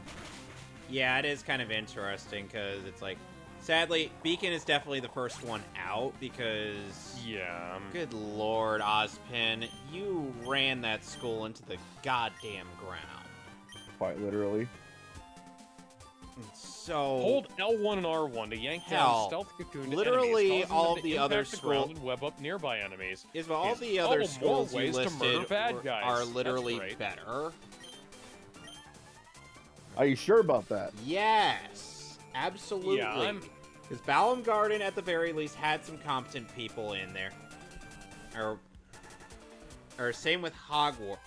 Or say what you will about Dumbledore. Or whatnot, but at least he wasn't as stupid as Ozpin. And Dumbledore really was well-meaning, Charles even if he didn't always make... Dumbledore was always well-meaning, even if he wasn't always making the exact correct decisions. And yeah. Like he wanted to try and do things without having to involve Harry in them, and like he wanted to try and protect him as best he could, and you know, it didn't work, but he still tried, which is more than you can say for some people. Yeah, and for Balam Garden, we also have Kistis as one of the teachers, and are you really gonna say no to that? No, but you also got to remember they're sending kids to war. Yeah, but are you really gonna say no to that beautiful old woman? She's basically that version, that universe of Tsunade. There's a lot of baggage you have to consider. But again, are you going to say no? Depends on the situation. She is literally one of the most useful party members in the game. Fight for you? Yes. Fight with you? Sure. Get sent to war where kids are potentially going to die against a military regime? Fuck no. And then there's also Ultimecia. Don't even get me started on her. Did you research on Final Fantasy VIII? I know the basic plot of Final Fantasy VIII. Because there's a part of it there's a part of it that you're really leaving out. There's a point in Final Fantasy VIII where you return to Balamb Garden with news that another school is going to wage war on them. Oh yeah, that part. And then it actually happens as you're entering Balamb Garden, where students of all ages have to literally fight to the death against some soldiers. Right. So okay, no, I'm not talking 17 or 18. I'm talking like outright 14 to 17, like everybody of every age. Okay, so yeah, so Balamb Garden is also and Hogwarts is probably going to be like second. And so Xavier's School for the Gifted. Because come on. Juggernaut, Apocalypse, Magneto, the Brotherhood, Magneto, Wolverine, Brotherhood again, Magneto again, Apocalypse Wolverine, again. Cyclops, Psylocke. So, assuming Ray, I'm when a she's not insane. Assuming I'm a mid-tier hero in the X-Men, or, the Marvel Universe in general, a lot of mid-tier heroes survive encounters with the bad guys in those, and they wind up becoming more powerful through their struggles. So, I'm gonna say, hey, probably X-Men. Right, yeah, but Harry Potter would be great because I can use my real-life skills to fuck those wizards up. Yeah, it's like that's why Hogwarts is in second. I'm out here for the wizards barely know the concept of taking cover and moving around. Like the moment I walk up and punch somebody in the face and start choking a bitch, things are gonna get wacky, Well, that's mostly because they rely on magic to do everything, including menial shit. By the way, Alex, never forget that part in Angry Joe's review of Harry Potter and the Deathly Hallows where you hear, "Look in my face, up in my soul, I begin to stupefy." Ah! Oh yeah, you gotta also remember one more thing. Wanda made more than half the mutants disappear. Yeah. Listen. Go fuck yourself.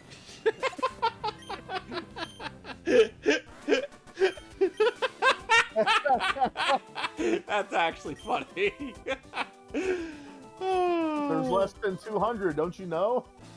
Well, I'd probably be one of the 200. Especially if we're assuming that we're doing this right now.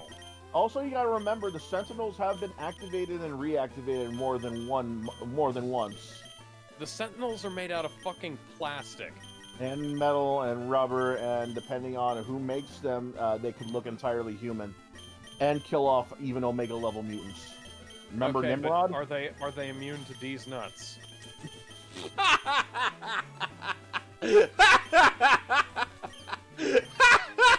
You're fighting alongside Soft Serve, bro! Oh my God. You're fighting alongside Soft Serve!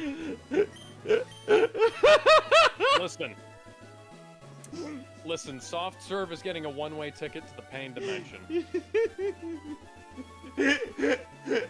I am laughing way too hard at how stupid this is. I'd sooner smash Soft Serve in a one-night stand than rather fight with her all my life. Fuck that noise. Oh. I take Balamb Garden any day. Fuck that. Oh, so you actually would take Balamb Garden? Okay. Yes, I would. I'm getting a Guardian Force. So you wouldn't say no to Quistis? I'm not taking her orders. Fuck that noise. I'm gonna be fighting alongside Squall. I'm gonna take Squall's orders. Fuck no, her. and you wouldn't say, as in, you'd see the sexy and be like, okay, yes, I will fight and die for you. The sexy can only take me so far. I'm not fighting for her. She outright said she's not even good as a teacher. How are you supposed to follow that? You outright quit and said that you'll hear me out, Gizmo. That ass and those tits. That ass and those tits will be sacrificed to give me another Guardian Force. Fuck that. Now imagine the Battle of Hogwarts. Now imagine the Battle of Hogwarts ending the way the Black Zero incident did, and with a wizard having his arms wrapped around Voldemort's neck. Voldemort be like,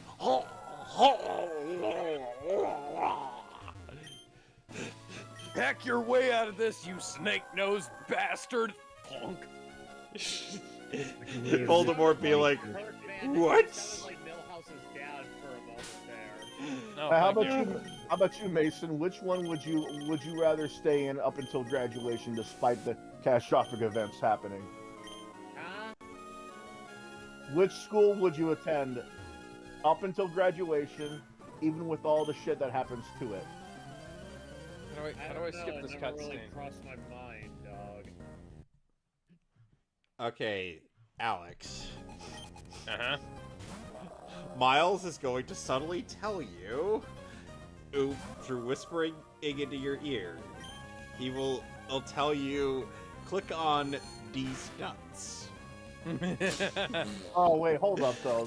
Wouldn't the Ministry be after your ass, knowing that you came from the world of Muggles?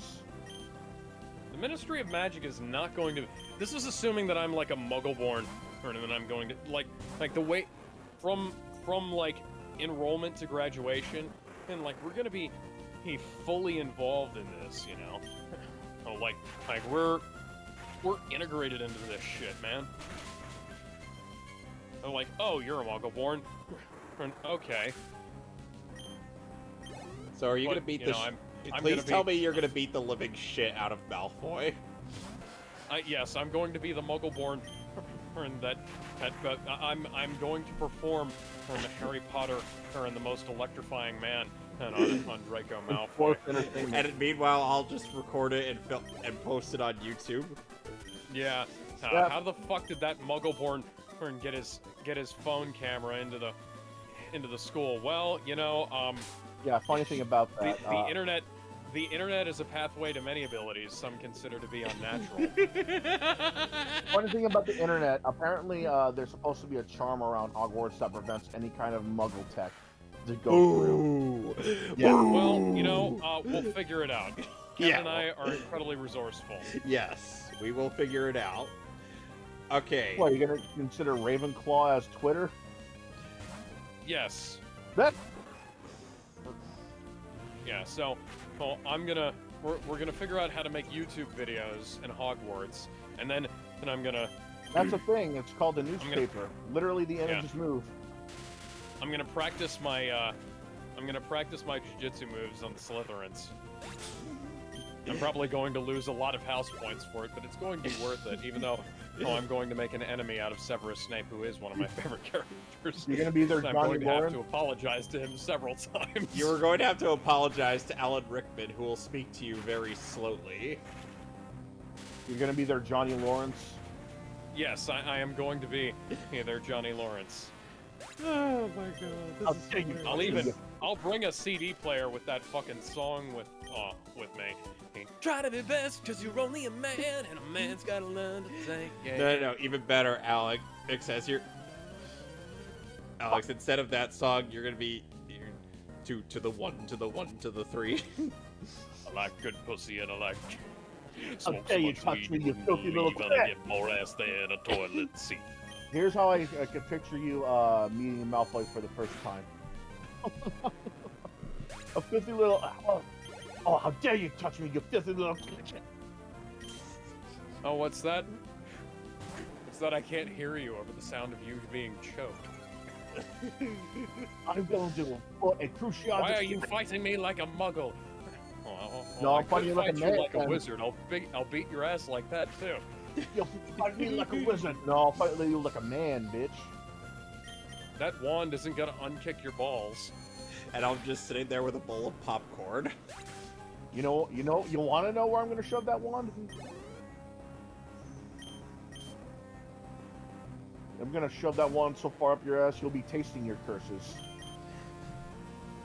Then suddenly, a Malfoy's gonna end up like that one guy from that Beavis and Butthead sketch. You know the one. I'm gonna take that wand of yours, turn it sideways, and stick it up your candy ass! If you smell la la la la la la la la la la la la la la la. But the There's gonna be Harry a lot of is death. There's gonna be a lot of Death Eaters with broken necks by the time I get done. Steel chairs are gonna be decorating on their corpses. And meanwhile, I just be stabbing them with swords. Yeah, I'm here like let's see. Yeah, I'm gonna put on a mask so they can't see me, even though my voice will 100% give me away. I'd be like, excuse me, fellow hello, how do you do, fellow Death Eater? How do you do, fellow Death Eaters? How do you do, fellow kid? Like, they'd just be like, where did you come from? Where'd you get that giant stick? Like, how'd you bring that to the Quidditch World Cup? Don't worry about it. Yeah, don't worry about it. Bonk. I'm one of you, fellow Death Eaters. That's a broomstick. Oh. Yeah, this is. What's that over there? 100%. Where? This is definitely a broomstick. I'm definitely not going to use this to bash your head in. I have my own. I'd just be like with the sword. Carol? I'd be like, with the sword through the guy's skull. I'd be like, ah, shit. Was I not supposed to do that? What's that, Amisha's Carol? Oh, you're fucking dead. Oh. I have my own wand. Oh, try to magic your way out of that, you wandless fucker. Yeah, with your fucking chopstick. I just be the guy with the swords and the guns.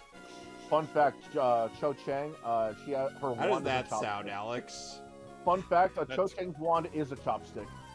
I'd be like, okay, I see. Okay, I see your play. I have a retort. Or Expelliarmus. That's not a spell. Accio gun. Accio. I summoned my gun in attack mode.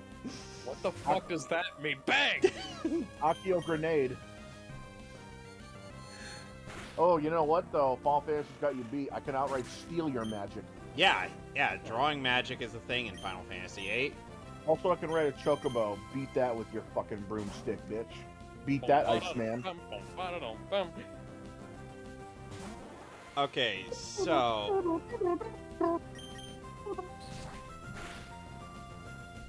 Now, what would we do if we were X-Men? I'd be reading lots of comics. I would try a head-on Kitty Pryde. Depending on what era we're talking about, you might get your ass kicked by a man made of, well, whatever the fuck Colossus is made out of. Yet. Alright, guys, I think I'm gonna call it early for the night. Yeah, well, don't forget, Kitty might also be actually a dude. Wait, what's going on? What? Kevin? You know. Ellen No, Page. I don't know. Thank you, Alex. Yeah. I saw that they've updated, I believe they've updated, Beyond Two Souls' description to say that Elliot Page. Elliot Page delivers an amazing performance in this game. Which is not true. Okay, now I know what you're talking about. Elliot Page did not exist when that game came out. Yeah, Ellen Page. Yeah. Okay. Alright, see y'all. Now... Yeah.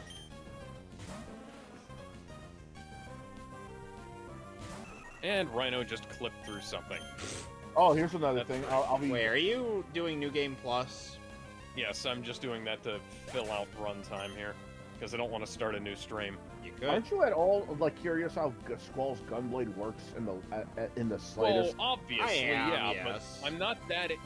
I'm honestly not that interested in Final Fantasy VIII. Like it's a fine game. I just I care more about like X-Men and fucking and Hogwarts and things like that. Yeah. And like I'm here for that shit.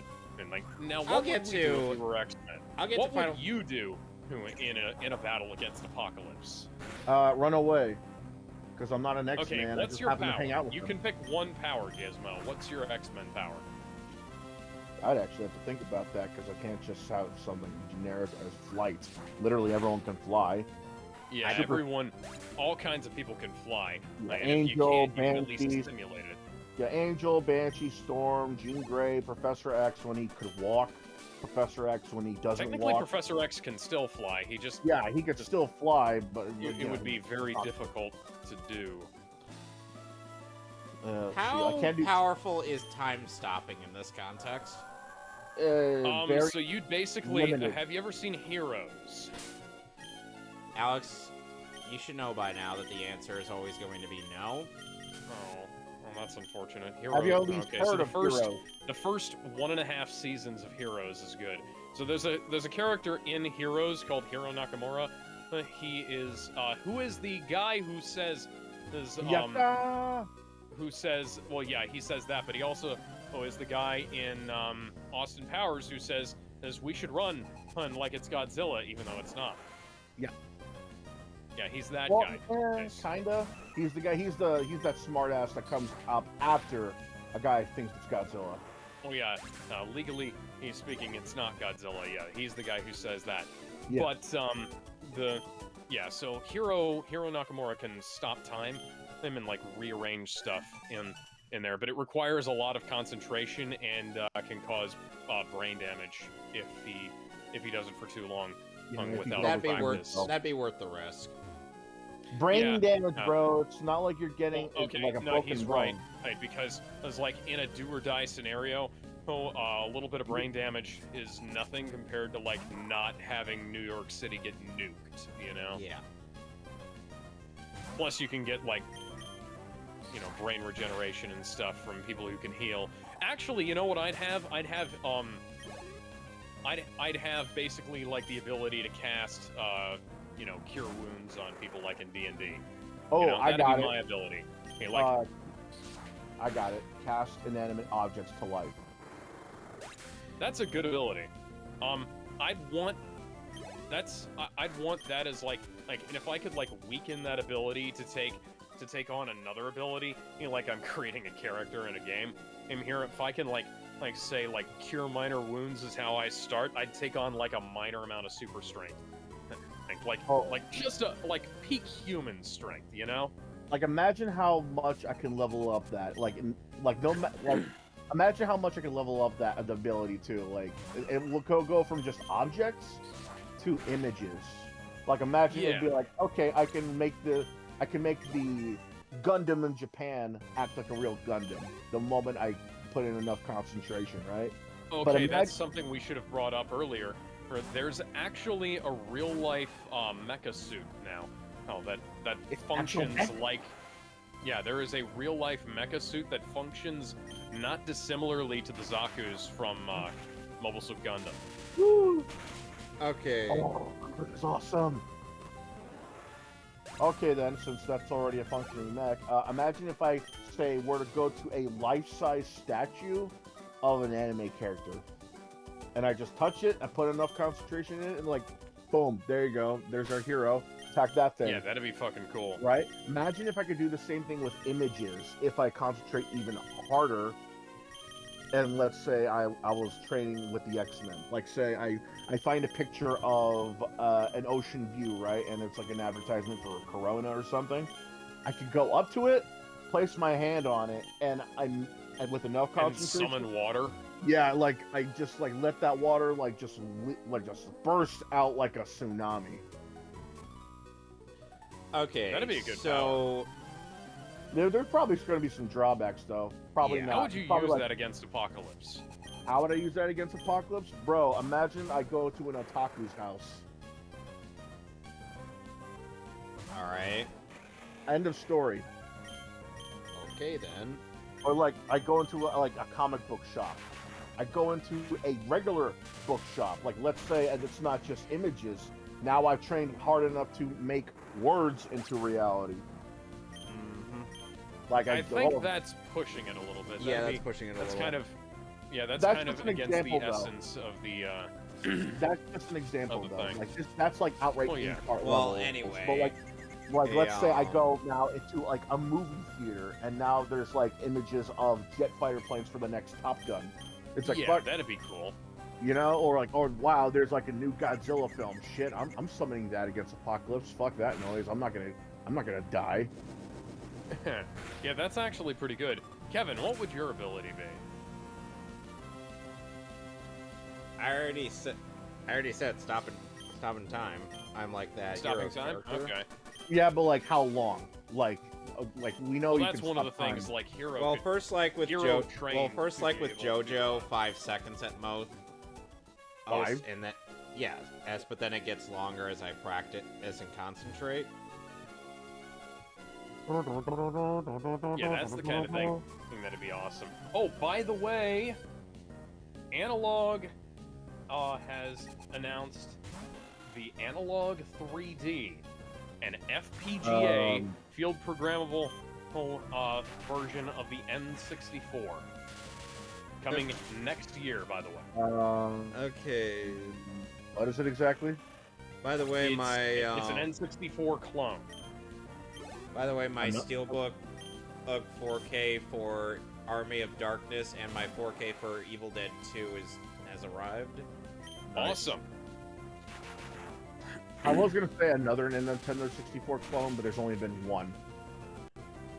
I don't think there's been any of N64 clones aside from There this. there's only the one clone. Everyone else is making NES, Super Nintendo, and Genesis clones. Well, which one was it? Because I think the one that you might be thinking of is the one that was just like a redesigned kind of case. I think I don't know what it was called, but I do remember it had like an orange, like transparent case. Yeah, was it like an odd shape? Yeah, like a pentagon. That wasn't like a clone system. That was a new case for the system. And like you have to put an existing motherboard inside. It just has stuff that like converts it to HDMI and things like that. Huh.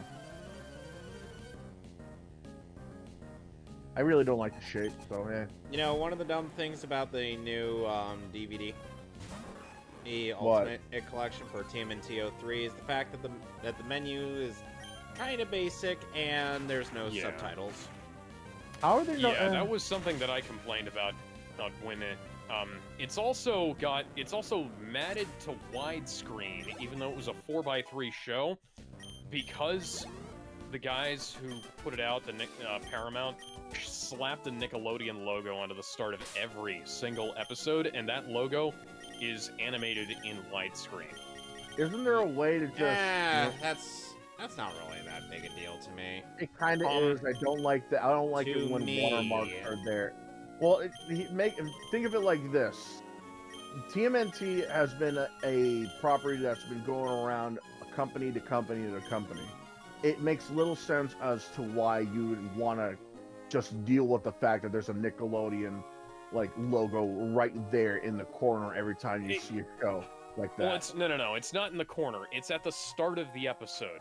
Yeah. Like there is a Nickelodeon splash screen at the start of the episode, and then the episode plays like normal, and that's fine, except for the fact that they took a 4:3 animated series and forced it into widescreen for the purposes of a stupid logo that they could have just created a single video file for and then played as a splash screen that was a separate part of Alex. That was a separate video file. Only the logo is 16:9. The rest of the show is 4:3. No, it's not cropped to 16:9, but it is matted in 16:9, and there is it's presented inside of a 16:9 window, even though it is still 4:3, which means that if you were to play this on a 16:9 TV, you won't notice any issues, but if you were to play it on a 4:3 TV, as it was originally meant to be seen, then you will see it you'll see it matted to widescreen by the anamorphic transformation inside the player.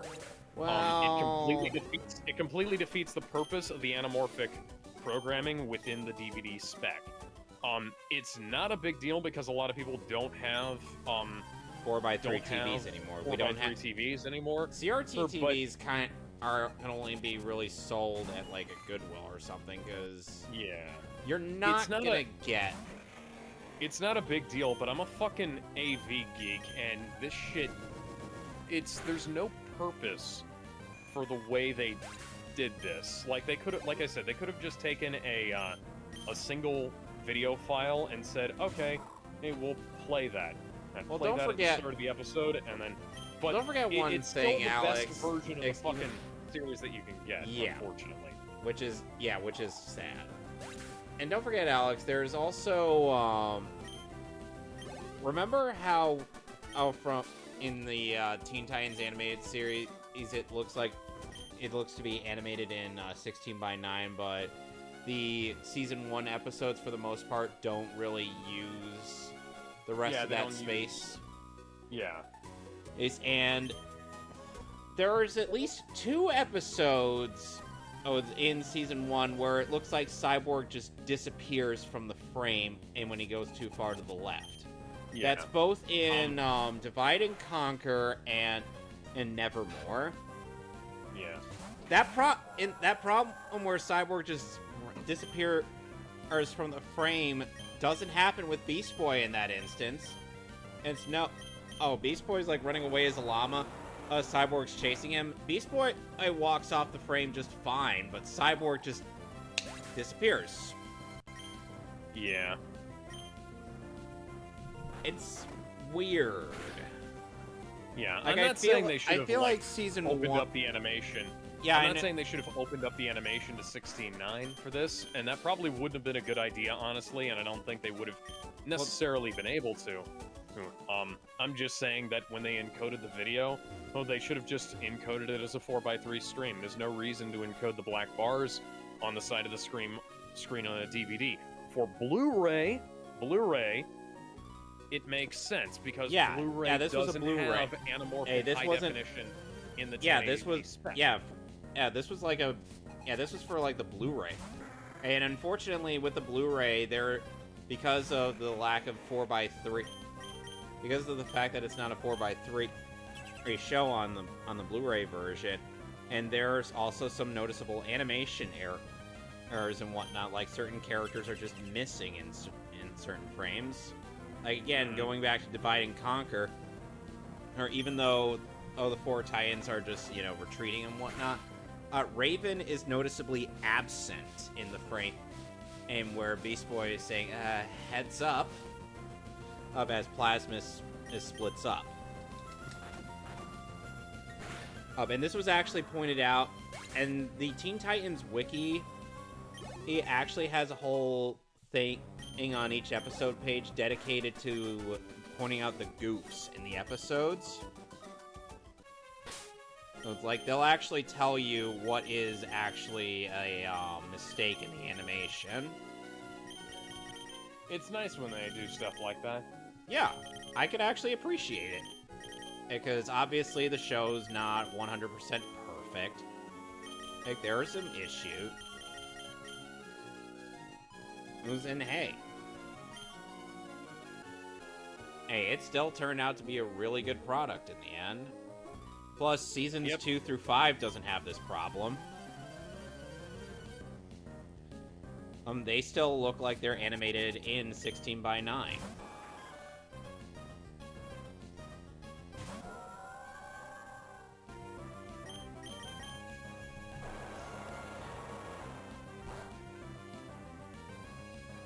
And so this Friday afternoon, Seamus and I are going to go and watch more, are going to start watching Season 2 of 03 Titans. Okay.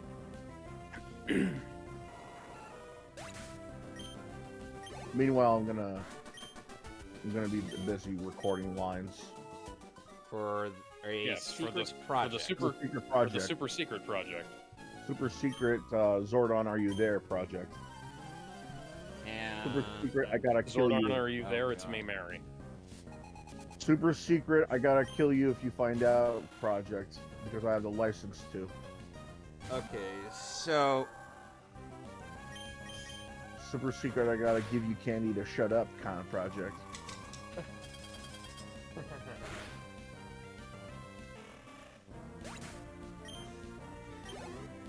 And you know, the thing is that I've gone and made like a whole Twitter threads about the various episodes I've watched of season 1 through Amazon Prime for TMNT 03, and I've pointed out a number of animation errors in that show. Like the fact that sometimes the way that the turtles are animated, it's like they just clip into each other. Like, I even showcased a portion and where Donnie's staff is clipping right through the battle shell. Yeah, there's some weird fucking, Or the fact that when April O'Neil is trying to kind of distract the to help Casey distract the TCRI guys so they can get at the turtles inside the building, and her bun, the bun on that her hair is in, half of it is just missing for a few frames. Yeah, 03 TMNT has some unusual things going on in it. Yeah, unusual things that aren't errors of Teen Titans and whatnot. Like, yeah, Teen Titans does the have animation looks weird in some places. It's still overall all good. It's just, you know... You know what we should watch one of these days? We should watch the original Teenage Mutant Ninja Turtles animated series. What, where we could point out even more animation goofs? Yeah. Hey, we could try out Michelangelo's pizza. Or we could make fun of Shredder's dumb sounding voice. Which, by the way, hey, I know James Avery.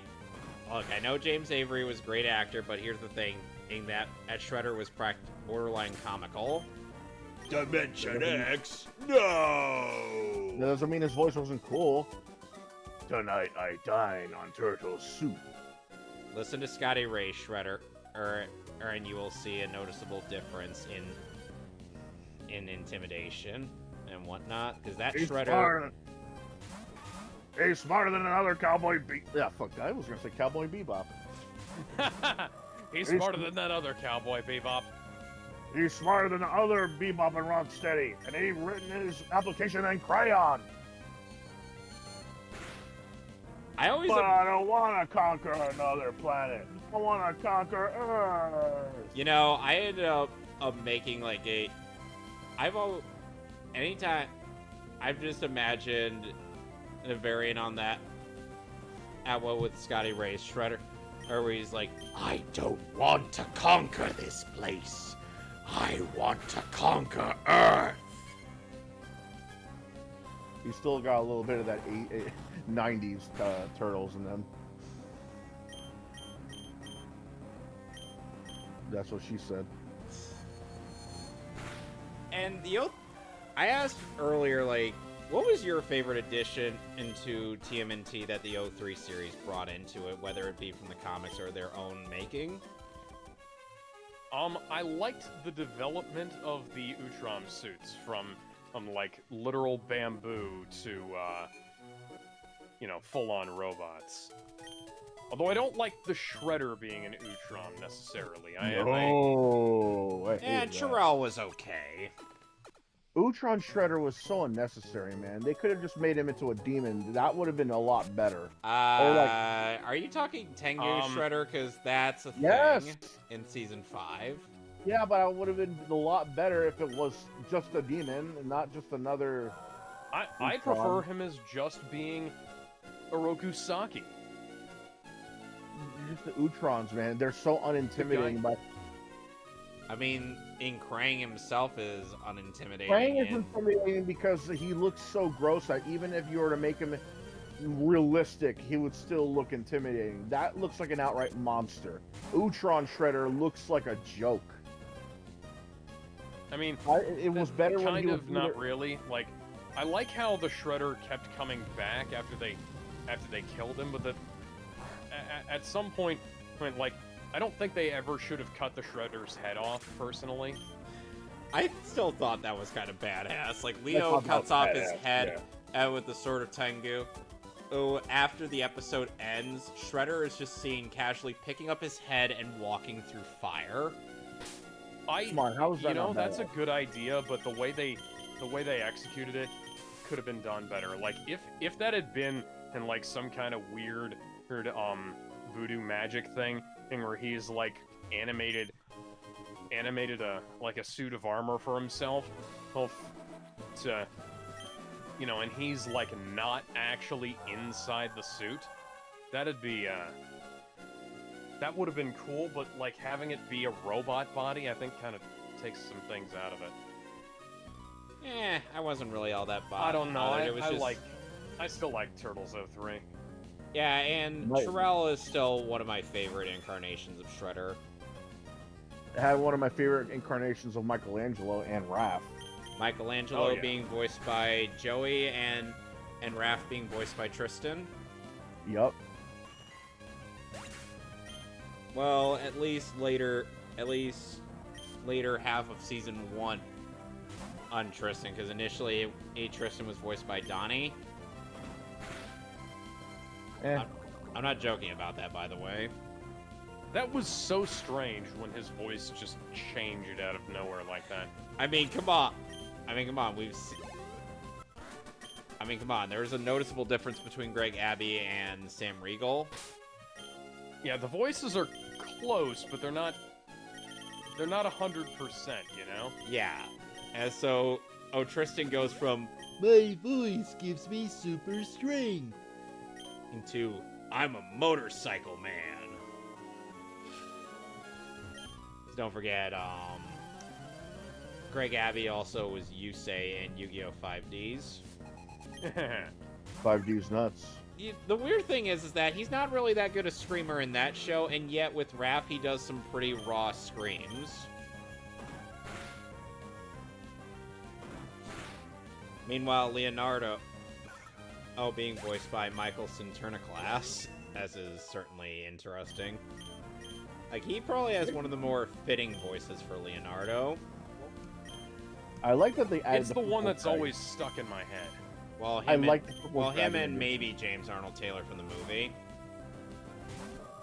I like that they gave Casey Jones a sort of like Boston, like sort of the accent he's got now. And for Raph, I honestly still prefer Nolan North as Raph.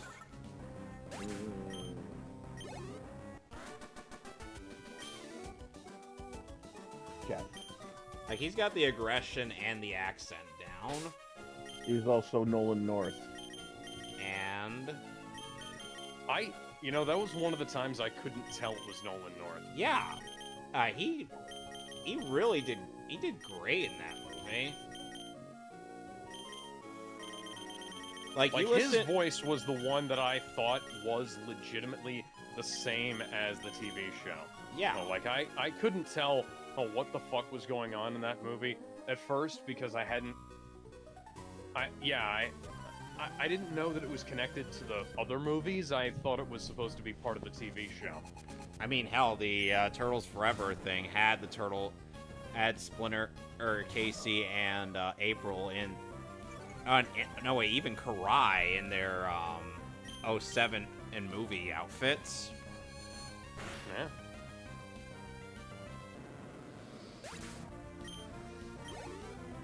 It's still weird knowing that,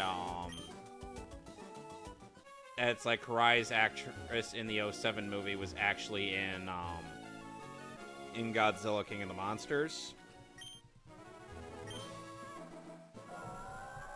Zhang Zi is the actress's name.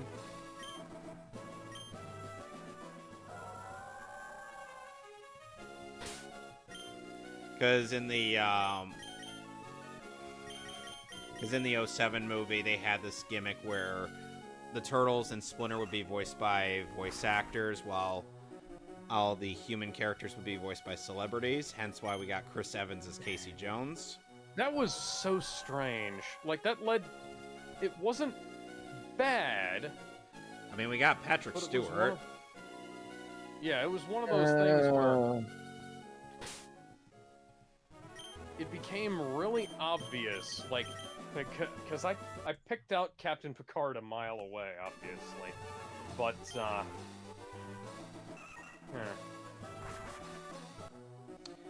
And another thing is, like, then there's Sarah Michelle Gellar as April O'Neil, and as I said, Zhang Zi as Karai.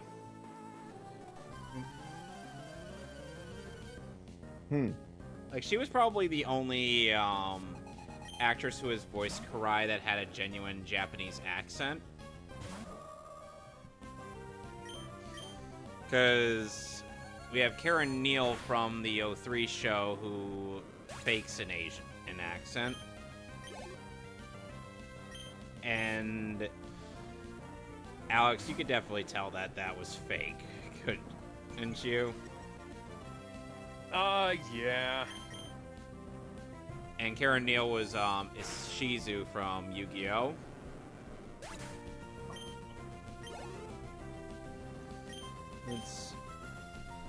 I'll be right back. All right. I really. We also had what am I thinking of? Yeah.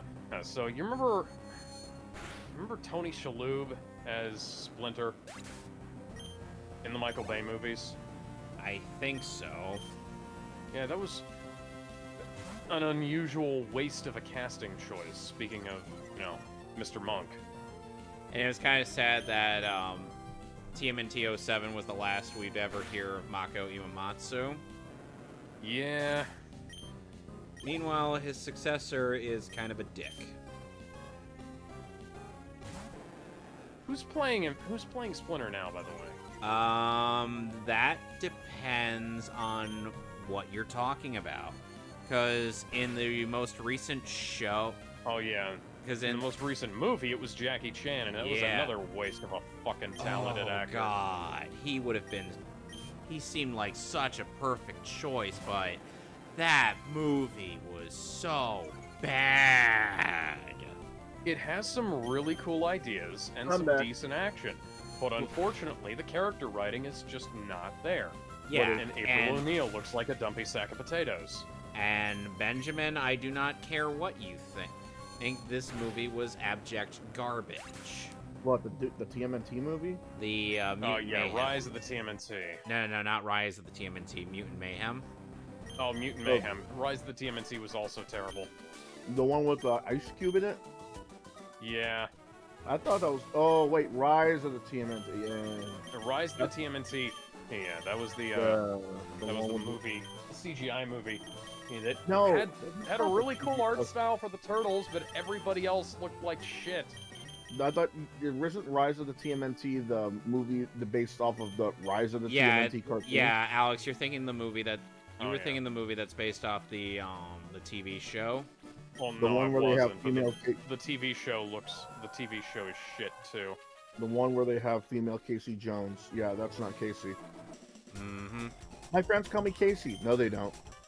No, they don't. Don't even try. And... That's my mom. No, it ain't. Yeah, people... People will try to tell me, like, the animation totally carries, blah, blah, blah. And I'm like... No. No. No. I've seen way better. Kano carried the Mortal Kombat characters in the movie. That doesn't mean he carried the story. It doesn't mean he carried the movie. Yeah. The animation could be... Miles. Spotless. Keep running, Miles. It doesn't mean that that doesn't mean it made the movie better. By the way, Alex, since you're in New Game Plus, you'll have access to more power-ups. Yeah, I saw that. The new TMNT movie that just came out, though, that's good. That's actually pretty decent. No. Yes, it is. No, I've seen it. It's really bad. It's not. I wouldn't necessarily say it's an not abject terrible failure, but there's a lot of things wrong with it. The designs for everybody but the turtles look like shit. April O'Neil. That's not April. April looks like shit. Splinter looks like shit. Bebop and Rocksteady look okay, but piercings, bro. The references were actually surprising. Shredder should have been the main villain. I don't care about all this other bullshit that's going on. Oh, I really hope Shredder makes up for this. He's not. This is one of those things I hope that they make a sequel, and the sequel heavily improves, because that's what they did with the last Ninja Turtles thing. Here's how you improve it. Get rid of Seth Rogen. Here's also how you improve it. Take the Turtles out of school. That too. Hashtag make April hot again. Yes. Oh, funny thing. The homosexual relationship that Splinter has, that's actually a mistake. Oh yeah, no, we already talked about it when the movie came out. That was a fuck up by the toy people. Oh, kind of like how, quote unquote, cyborg Spider-Woman is a fuck up by the toy people. That is not Spider-Woman. You cannot convince me otherwise. No. Spider-Man, more like. Cyber-Hulk. More like Spider-Man. It is ma'am. I forget where that's from. That's from a GameStop video. Oh, yeah, well, apparently some yeah, guy, that's right. A guy called some other guy sir, and then it turns out that it's some trans dude, and he got upset, so he's like, it's ma'am, it is ma'am, and threatened to beat the shit out of him. With that exact voice, by the way. Yes. It is ma'am, bruh. I can hear you. You sound like a bruh. You sound like one, you look like one, and then despite the fact that you're wearing all pink, well, you know. Sad thing is, this gentleman, and I would enjoy watching the 87 cartoon of Ninja Turtles, but I have no means of getting it. Oh, it's on DVD. Yo ho, a pirate. Alex, how out of print are those DVDs? Me. They're still in print. I saw them at Walmart yesterday. The only Teenage Mutant Ninja Turtles series I've seen at Walmart is the 2012 show. I actually got my copy of the 80s show at Walmart. By the way, but it is on Amazon. I believe it is on censored, unlike the YouTube version. How do you feel about Kevin Michael Richardson as the Shredder? Who's that again? Trigon from Teen Titans. Gantu from Lilo and Stitch. Yeah, he's the second black guy to actually have voiced the Shredder. Obviously, the first being James Avery. Doesn't really scream Shredder to me. That's fair. I'm not saying he's a bad actor. I mean, no, he's not a bad He's nowhere near that, but fuck, that doesn't really sound like a Shredder to me. It sounds more like a Hun, leader of the Purple Dragons. This is kind of why I still always imagine Scotty Ray when I'm thinking Shredder or voices. Yeah, me too. Or the guy from the 90 movie. It's either. This is your family. I am your father. It's either 90s Shredder for me or 2003 Shredder. Those are the voices Have you that come into my seen head. that Nostalgia Critic skit where I believe it's Blair Witch Project 2? Oh, where he's like, imagine if a movie he did something like this and just cuts to TMNT, in the 90s movie where Shredder's trying to give his big speech, but then he gets cut off numerous times. To the point where he's like, okay, fine. Bathrooms to your right. We're fighting turtles. Oh, god damn it. I got hit even though I was dodging. Blair Witch Project 2 is a really strange film. It had Jeffrey Donovan in it. That was a thing? Yes. Yeah, Blair Witch. There are 3 Blair Witch Project films. There's the Blair Witch Project, there's Blair Witch Project 2, and then there's... there's Blair Witch 2, and then there's Blair Witch. Why? The Blair Witch Project wasn't even that good of a movie. It was okay It was just a gimmick. It was It was a fucking gimmick film. It was shot on a fucking non-existent budget, you know? And, I get what they were trying to do, though. It was like a found footage film, but... Oh, yeah, it's not a bad idea. Yeah. But it's like you don't need basically sequels. caused the metastasized cancer that existed within the movie industry Yeah, for like a decade at that point. Paranormal Activity comes to mind. I hate Paranormal Activity so good. You know, somebody actually made an edit for that skit that I'm talking about. How about with the 03 Turtles? Those in Shredder. I want to... can you link me to that? I will... Give me a... I don't know, man. No matter how many versions of Shredder I watch and hear, it's either 90s or 2003 Shredder that comes into my mind. It's sort of like how Michael Keaton's Batman is just... no, not Michael Keaton. Kevin Conroy. It's sort of like how it's his voice that rings through your mind whenever you read a comic of Batman.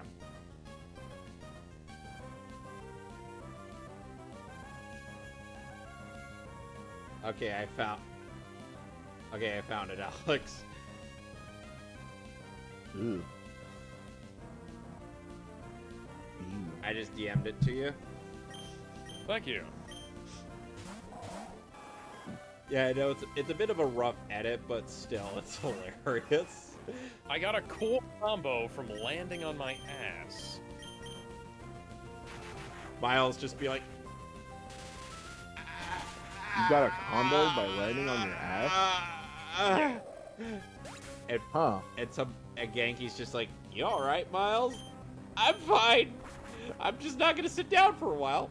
I'm just gonna stay standing. Yep, that's right. I'm just gonna stand up all day. Yep, I'm not sitting down. Sleeping's gonna or be a anything. Yeah, I'm just gonna sleep. Keep standing up. Yep. Yep. This one's the Big Daddy. And then Miles goes in for a doctor's appointment, and they're like, could you sit down? Oh, God. I'm perfectly fine standing up. Oh, I just remembered. Breaking news. Ace Salieri is called a murderer again. Of course. What the fuck? So there's a guy called Lizard Guy. He's a VTuber that not even that want to fucker. acknowledge. Yeah, you remember him. So he went to another social media site and outright is saying that Ace Salieri is a murderer because he keeps trying to find ways to make Lizard Guy kill himself. Even though that's far beyond the truth. Yeah. I would like to see evidence of Asa telling him to do that. His videos are proof, if anything. That's what he says. It's bullshit. Miles, please. Miles. There we go. Because he thinks that Asa made like 3 videos on him from 3 separate incidences, that he thinks he's trying to go after Lizard Guy, stalk him, and make him commit suicide. That's retarded. It is. He's got protagonist. He's got like main character syndrome. He thinks it's all about him. It's like, yeah, okay, Ace Salieri wants you to kill yourself. In other news, I found the sword and the stone, and the moment I pull that out, I become the next Kryptonian. You know what that is? A lie. Just like how what you're spouting off is a lie. You dumb bitch.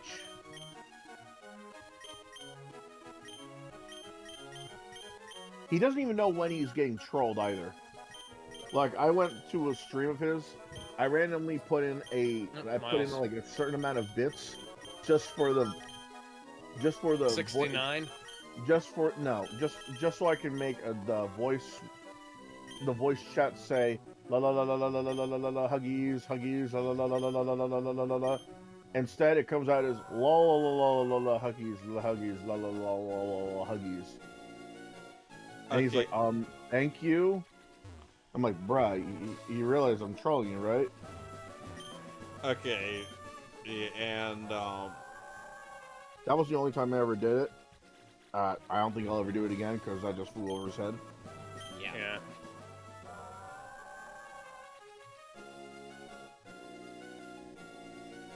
What's with these damn currents? He's like, I need to go to the next story mission before I can unlock talking any about more how extras. Talking about how much he thinks that Ace Salieri is trying to kill him by making videos. It's almost something out of a Borderlands 2 game. He's like an NPC. You're trying to kill me! Trying to kill me with internet videos! You're making me want to kill myself with the internet! Okay, so Tyler the Creator had an amazing tweet about this. Okay, Just so close your eyes. Okay, guys. So this area that I'm in my game. Sorry, guys. Spider-Man is too busy pulling off sick tricks. Hey, to, Alex, look at bother my stopping any stream. crime. And can you guess what this? Can you guess what this means? Hang on. Guess what means? Look at NPC, look at Russian this. Boston human. Is this not loss? me. Nope. You want to know what this is? Unknown code? It's Braille. Oh, it's Braille. Someone typed in Okay. Braille. No, this. It's telling me to dive. Use dive here. Oh, I thought it was telling you to die. No. Die. Why did I do that? Eh.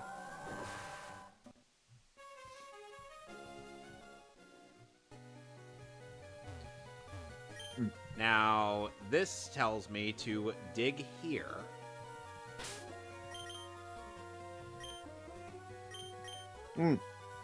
Trailer for Omni-Man came out for Mortal Kombat 1. Yeah. He looks alright. Coinciding with the trailers for Invincible. Just saw that, yeah. It looks pretty good. I have faith it'll be good. I just hate the fact that he's with Amber still. Yeah, First nobody comes likes Amber. Wailord, then comes Relicanth.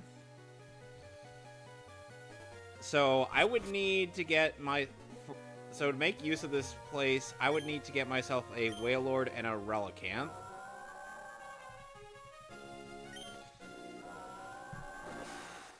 I'm gonna have to off-screen myself getting those two Pokemon if I want to show this off what that unlocks. Which, in case you're curious, it unlocks a way for me to get 3 legendary Pokemon.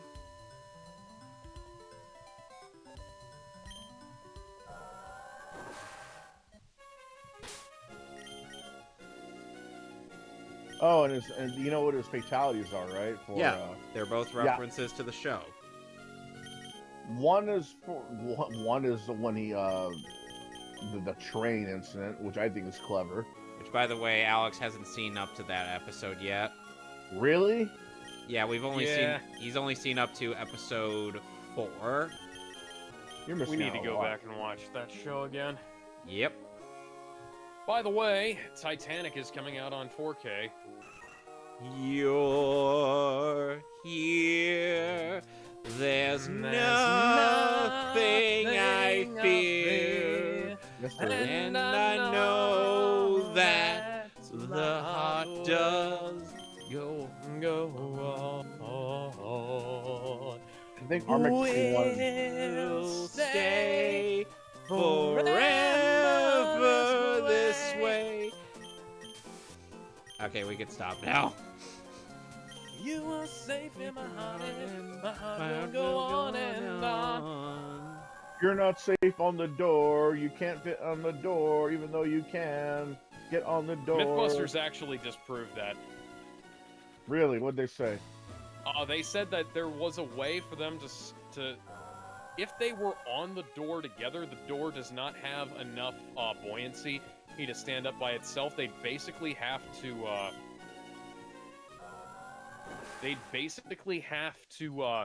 have access to a bunch of life preservers that they'd have to use to, like, prop up the door and, like, rope it together. Damn. Yeah. It's possible, but highly unlikely is basically their conclusion. Huh. Mythbusters also disproved the whole air tank exploding thing in Jaws. Smile, you son of a... Yeah, that would have had to be some other kind of gas for it to explode like that. Yeah. Propane. Propane and propane accessories. Propane and propane accessories. How many times are we going to be quoting Hank Hill on this? Huff propane. All the time. Dangle, dangle, dangle, dangle, dangle. And Alex, I have to imagine when and if we eventually get to watching Digimon Adventure 2, you're just gonna be like, oh, so that's who this is in regards to some of the kids we'll end up meeting later on.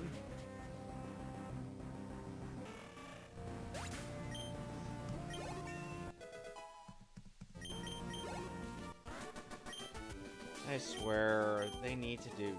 Discotech needs to do Tamers. I really want them to do that. I hear that it's on the list. Like they want to do it.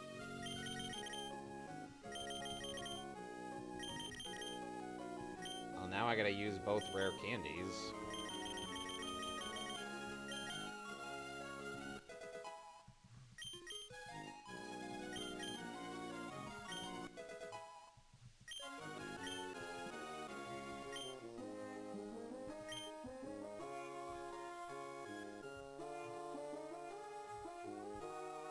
I just hope someone puts the big bad Beetleborgs on Blu-ray. Big bad. That's probably not gonna happen, but it might happen as like a standard definition Blu-ray. Hasbro would have to go into the Saban vault and find all of the original negatives for Power Rangers and all of the other Saban shows of the day. And unfortunately, it seems like they don't give a shit about releasing this stuff on Blu-ray, because if they did, they'd have already put Beast Morphers out on Blu-ray. But they haven't done that. Beast Even though Morphers it'd literally be free money. Well, not literally free money, but it'd basically be free money. It'd basically be them printing money. Listen up, it's free real estate. I fucking love that meme.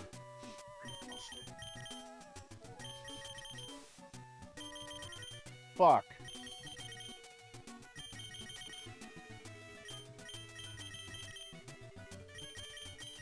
What happened this time? I'm Gizmo. Good.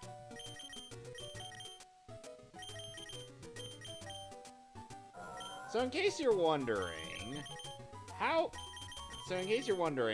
what is this mermaid Pokemon that I have on my party? I'm not.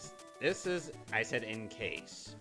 This is a Milotic, the evolved form of Feebas. And... I'm a what? Feebas.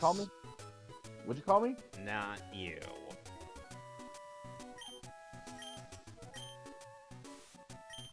In order to get the Feebas to evolve into a Milotic... Can you please not interrupt me? Ow. In order to get the fish to evolve into a Milotic, you have to, quite literally, make sure that you are a berry connoisseur when it comes to this game. Hey, bad enough. Because, unfortunately...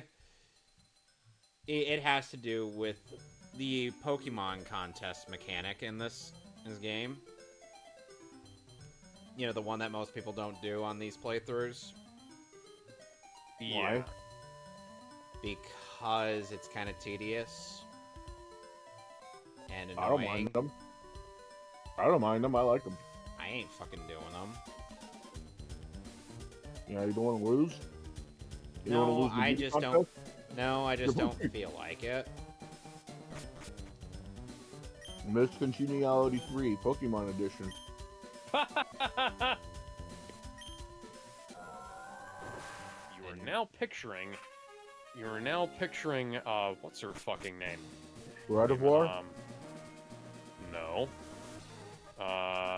Sandra Bullock. No. The woman from Miss Congeniality. Yeah, Sandra Bullock. Sandra Bullock. You are now picturing Sandra Bullock holding Pokeballs dressed like Ash Ketchum. As Misty. Sure. Why? She's hot. Delish. Fine, I'll get... fun, but Get my flag on Rock Smash, but that's not only for this in Victory Road. Then I'm deleting that. delete, delete, delete, delete, delete, delete. Oh, So- yeah, you guys know there was a Haunted Mansion remake that came out this year? Don't care. Yes. Yeah. Every now and again I see it pop up, and it's just baffling that it even exists. I know the original Haunted Mansion wasn't that great of a film, but And sadly, because of the news, we kind of skimmed over a lot that happened. Went through the entirety of Team Magma's hideout, and they revived Groudon using the blue orb. Groudon flew away. yay. You want to know what Groudon said when the blue orb activated? What the hell are you doing? He said, "I must go now. My people need me." He didn't die on the way to his home planet.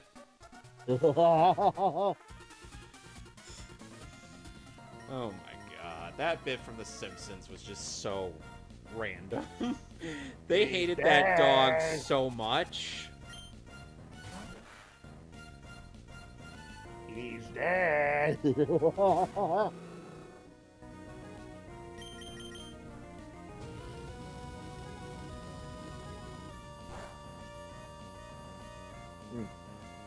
Oh my god, that's so good. Yeah, maybe you shouldn't have moved to Harlem. Maybe you should have moved to somewhere a little less chaotic. Maybe, Queens. I hear good Spider-Men come from Queens, and not ones that have to have their asses saved. In a, moment that would have gotten Zack Snyder a resounding, a resounding thrashing by critics. Oof. By the way, this predates The Flash doing that same kind of thing. What's the move? I can look at myself in the mirror. And I have no idea why that's possible. Oh, apparently there's some. I found out something about the Flash movie. Apparently there's an after-credits scene where the Flash hangs out with Aquaman. yeah, And he was drunk, yeah, and he fell asleep in a puddle. yeah, we know that. Yeah, I've seen it. It's fucking lame. It is. Took away all of what made Aquaman cool, all in just one scene. Thanks a lot, guys. Also, James Gunn, fuck you.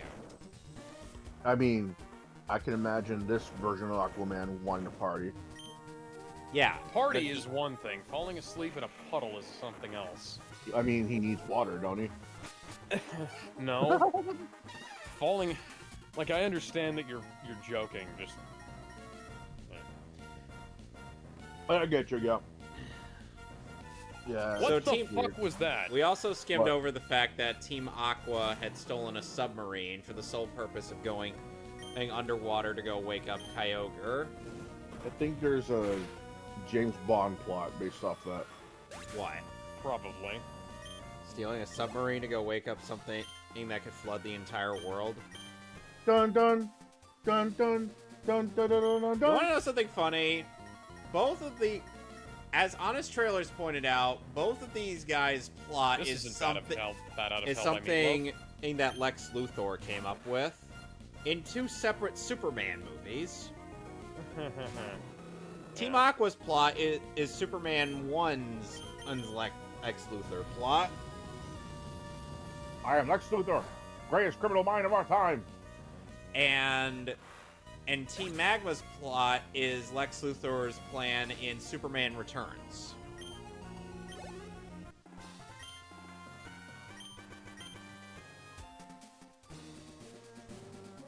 That was essentially what they said. Does that sound inaccurate, Alex? Apparently No, it's accurate. Oh yeah, I heard that My Adventures with Superman is getting a second season. Lame. Yeah, I think that happened a little while ago. Unfortunately, it's not going to get any better. The Council of Loises is Stupid. you know, while I would normally be enthused at the prospects of Council of an all Lois Lane orgy, Yeah. This is especially different versions with different art styles. Yeah, it's just it's kind of lame. Not as good as Reject. There's a better tomboy. Reject tomboy. Lois embrace traditional. Lois, as voiced by Dana Delaney. Unfortunately, yes. Purple dress Lois. But has anybody seen the Scooby-Doo and Crypto 2?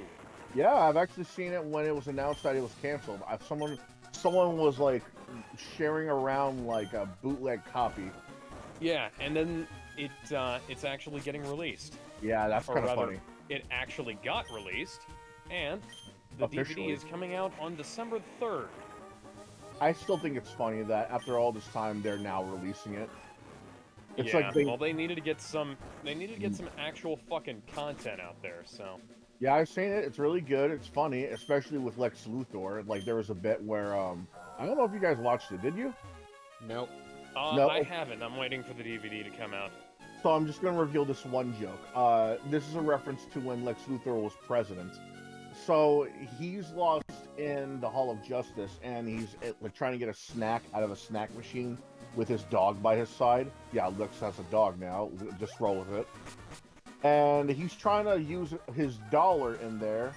And then the Scooby Gang are like, why don't you just, flatten it, use another dollar? And he was like, no, I'm using my dollar. And he shows the $1 bill with his face on it. He literally meant his dollar. Oh my god, that sounds like Lex. I thought that was funny as fuck. It's like, oh, what do you mean your dollar? Goes, oh, you meant your dollar. It was fucking hilarious. I mean, remember that one time when remember that one time when Batman was trying to constantly tell Superman how much he gives zero fucks. Oh my god, that was pretty funny. Batman committed to that bit. Even to the point of actually... Yeah, even to the point of actually having $1 to go buy a fuck from the fuck machine. Because Superman thought that he was just gonna be like, oh, you're just gonna say, oh, but I don't have $1, so I can't give a fuck. But then Batman's like, yeah, but Batman's like, but I have $1. You gotta wonder how much it cost him. Here's the bat dollar. Go call somebody who gives a bat fuck. And the actual fuck just got stuck in the machine. Oh no! Fresh fuck, yeah, hot fucks. Come and get your fucking. No, you left. There's quite a few gems in Robot Chicken. I wish Robot Chicken did more video game stuff proper. It's a lot of the very obvious stuff, or it's like very tired tropes like... Show yourself, Dracula, or I will tear Castlevania from its foundation. Dracula's the least of your worries, Simon Belmont. He then proceeds to whip them into submission. You know what? Outside of Street Fighter and Mario, I'm glad they did something new and they went with something like Castlevania. They got Jean-Claude Van Damme to voice Dracula in that skit. I thought that was fucking funny. So we meet again, Belmont. You know your father died in exactly that spot. And Simon proceeds to whip Dracula in both his head up above and his head down below. I felt that. Yeah, I felt that too. I really felt that. Especially when he specified to hit the tip. Oh, you son of a bitch. Oh, the tip. If I'm the bastard. Oh, the tip. I don't have to stand for this.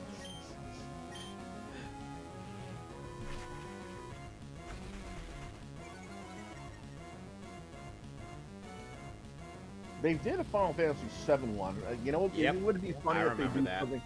It would be funny if they did something on the other Final Fantasies. Final Fantasy 8, 9, 10, 1, 2, and 3, 6.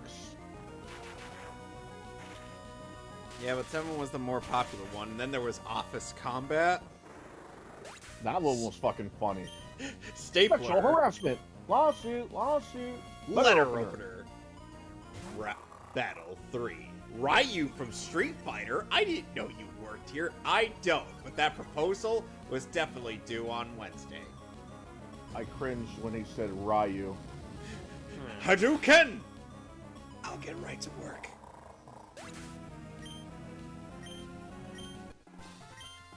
So, the new season of Rick and Morty premiered last night, featuring Ian Cardone as Rick Sanchez and Harry Belden as Morty Smith. I've seen clips of Rick. He sounds convincing enough. Yeah, Morty is the one that sounds a little bit off, but I do still think he is an improvement, because the Morty voice irritates me. And the more I watched Rick and Morty, the more Morty's voice became the reason I stopped watching Rick and Morty, you know? Right, but at the same time, you need someone to fill in that role, considering how hard it is to do Morty's voice, depending who you are. Oh, you do. It's just that, like, the higher it get, the more screechy it was, the more irritating I found it. Oh, jeez, Rick. Oh, Rick. Oh, Rick. Rick. Oh, Rick. Ooh, I found Earthquake. Yeah. Oh. Apparently, people are saying that the new episode isn't that great, but to me, Rick and Morty's been on kind of a downward spiral since around season 4 or 5-ish. Is it the with, one like, where it didn't... Seasons, like, 1 through 3 were, like, concentrated good episodes, and then as the series went on, when some of the stuff was, like, more, They had a lot more hit-or-miss stuff, if you know what I mean. Yep. Are you talking about the episode where they try and get Poopy Butthole to get back to his wife? That's an actual name. That's yeah, I know that's his actual name. I can't remember what season that was in. He was in season 1, 2. This is the episode Kyogre. where this was the episode where hi, like there was Archie.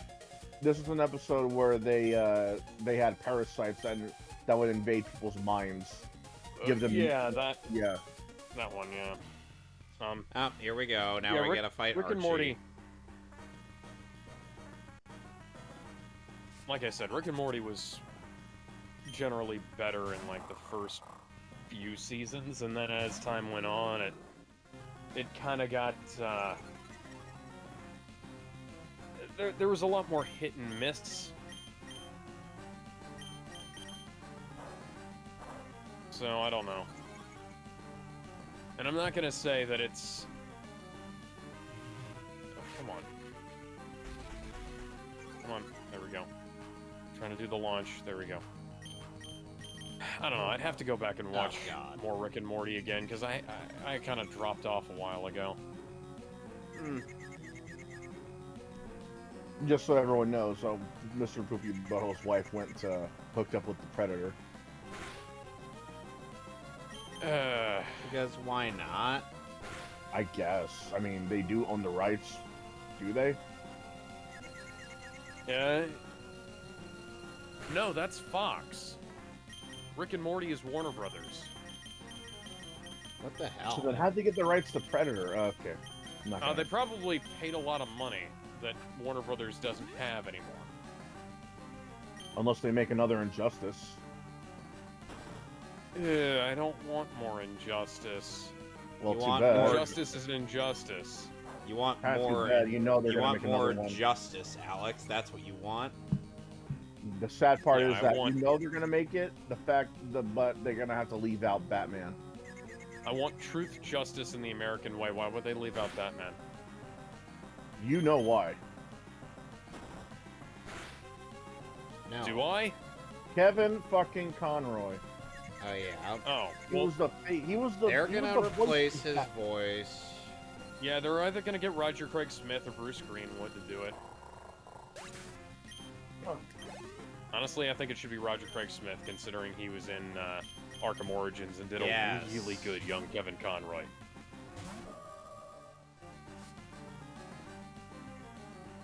He has to be. He has to play one very convincingly. Have you played Arkham Origins? Nope, not yet. It's on my list. He Oh, does really actually- good. Him and Troy Baker are fucking phenomenal. Like, you almost can't tell that Troy Baker isn't Mark Hamill. Yeah. It's my life. It's now or never. I ain't gonna live forever. What prompted that? My Manectric is named my life. Oh, okay. You forget my team is named after a Bon Jovi motif. Why do you think my Blaziken is named John Bon Jovi? Oh, yeah? Yes. Yes. And now Archie is going to use the red orb to awaken Kyogre. Archie Andrews? No. Archie as in Team Aqua's Archie. Because I could believe that, given, you know, the fucking nature of Riverdale. Well, Kyogre had to go now. His planet needed him. Everything's Archie.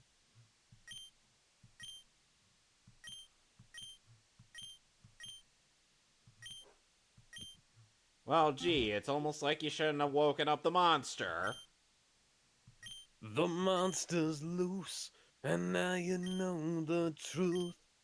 Fun Tell fact. me, can you feel it? Fun As you fact, hit the wall, the Betty and Veronica are monster's going to be in the loose, tier list. and now you have to choose.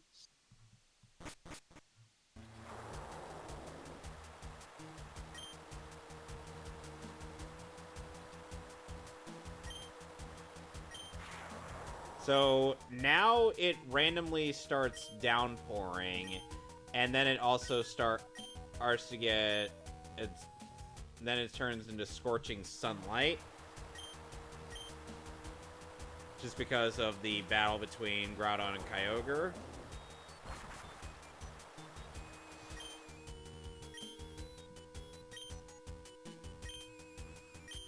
And apparently we gotta go to Sutopolis. Luckily, I was already there, so...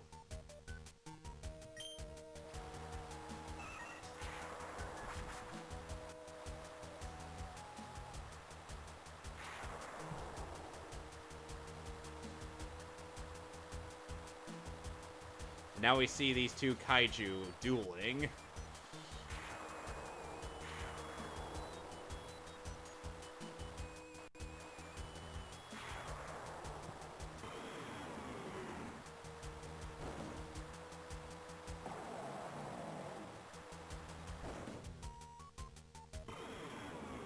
It's a shame they would never actually remake Emerald, as opposed to what they did. Yeah, I was hoping that they'd do like a remake of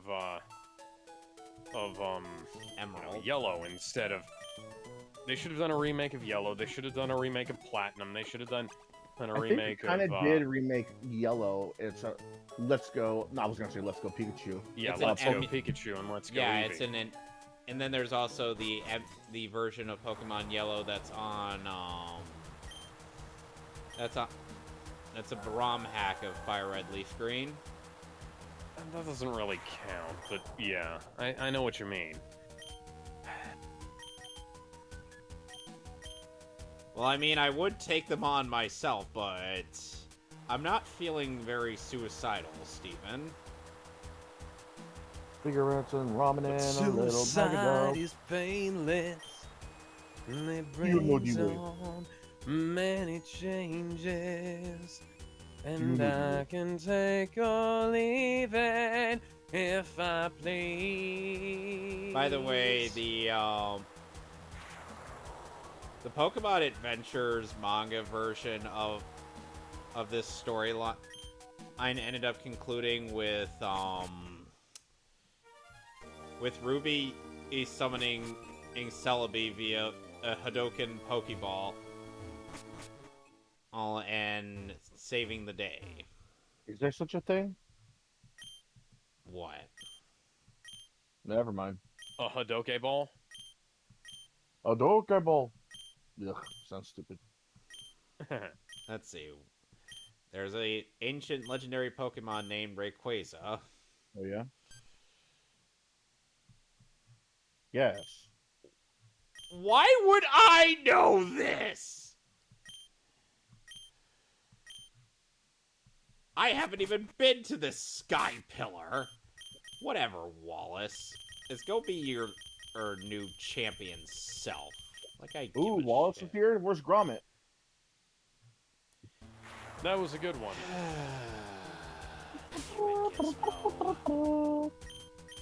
Anyway, I'm just crackers about cheese. I'm crackers for cheese. Cheese. if I show you what this game's Wallace looks like, I'm sure you will not think the Wallace from Wallace and Gromit.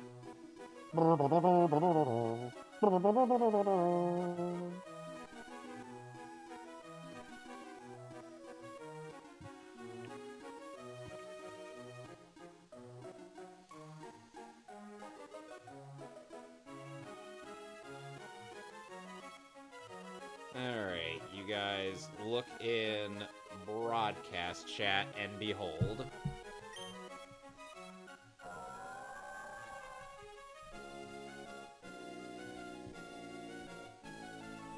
Doesn't he look fabulous? Good God, those hips are cut low. Gizmo, your thoughts? What? I posted the image of Wallace from Pokemon. Let me see. Look in broadcast chat. Yep. What is that? Sorry, Uncle Aaron, I'm currently too busy side questing to help you with your stupid, stupid plot. You're actually doing the side quests now? Well, yeah, because I finished the game. Congratulations, there's not a whole lot to it. This game should not have cost, what was it, like, what was it, 50, 60 bucks at launch? He looks like he's dressing up for a figure skating porno movie. Yeah. What is that? Why is that? Those ain't suspenders. What are they suspending exactly? That ain't hair. Oh, now I gotta go. I got an ultimate combo, even though I landed on my fucking neck. Mr. Morales, you seem to have quite a bit of traumatic injuries. Traumatic injuries? What are you talking about? I'm definitely not the other Spider-Man.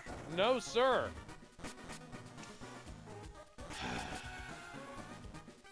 You know your mother's gonna ground you for this, right? Is she? Can she? Please. Miles then sits in his bedroom, dressed in the full costume. He's like, this is bullshit. You can't ground Spider-Man. And now Rayquaza had to go. His people needed him. And we're about to fly off to Sutopolis as well.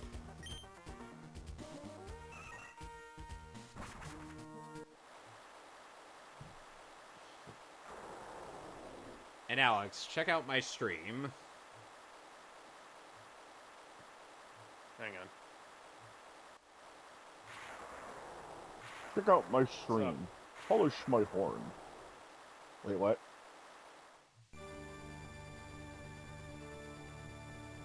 Yeah, just imagine seeing this on like a small Game Boy Advance screen. Huh. That's pretty fucking cool. Music also helps. Yeah. You know what Rayquaza says to these noisy people? Shut the fuck up. Shut the fuck up! They're like, okay, we're sorry, we're sorry. I'm sleeping. You bitch. Why is this just out in the middle of nowhere? I'll call the cops, huh? The pokey cops. Oh. Bitch ass, stop making noise. I'm sleeping. Well, all's well that ends well.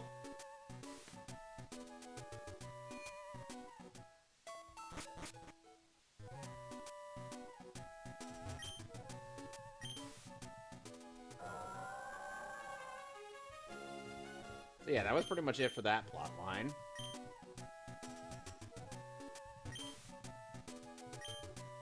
Motherfucker.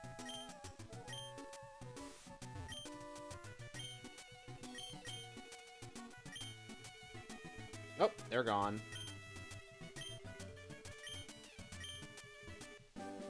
And now I received the hidden and move waterfall.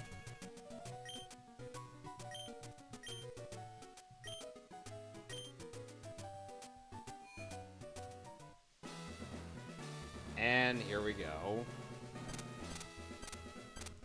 Oh, did you hear? McDonald's is trying to remove more fountain drinks from their restaurants. Why? Okay, I don't go to McDonald's, so I don't care. Sanitation, but I'm hearing now that there's like more restaurants doing that. You know, Wendy's, Burger King. I don't get it. Burger King needs to. I get the distinct impression that based on all the women that are in this gym, that the gym leader's a ladies' man. Just call it a hunch. Or he's a man. Does he think he's cute and know he's sexy? Does he have the looks that drive the girls wild? I don't even know what you're referencing. Does he not? Does he refer to him? Does he not refer to himself as a boy toy? Is he just a sexy boy? Does he say that he makes them hot and he makes them shiver, and drives the girls wild? The knees get weak whenever he's around.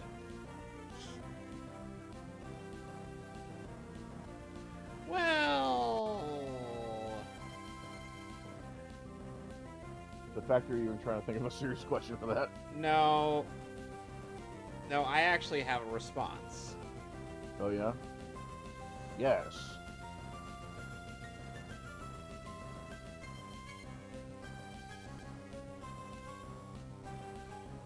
Give me a sec. It's this charming fellow. The fuck is that? Is that Robert Downey Jr. on bath salts again? And he just wandered into a convention? That is Juan, the gym leader of Sutopolis City in Pokemon Emerald. That's not Juan, that's Juan. Bon Juan Jovi.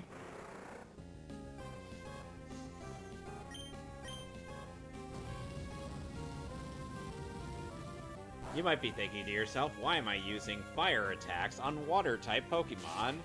Not really. Well, here's my answer. Fuck you. That is why I on this particular Pokemon. Oh!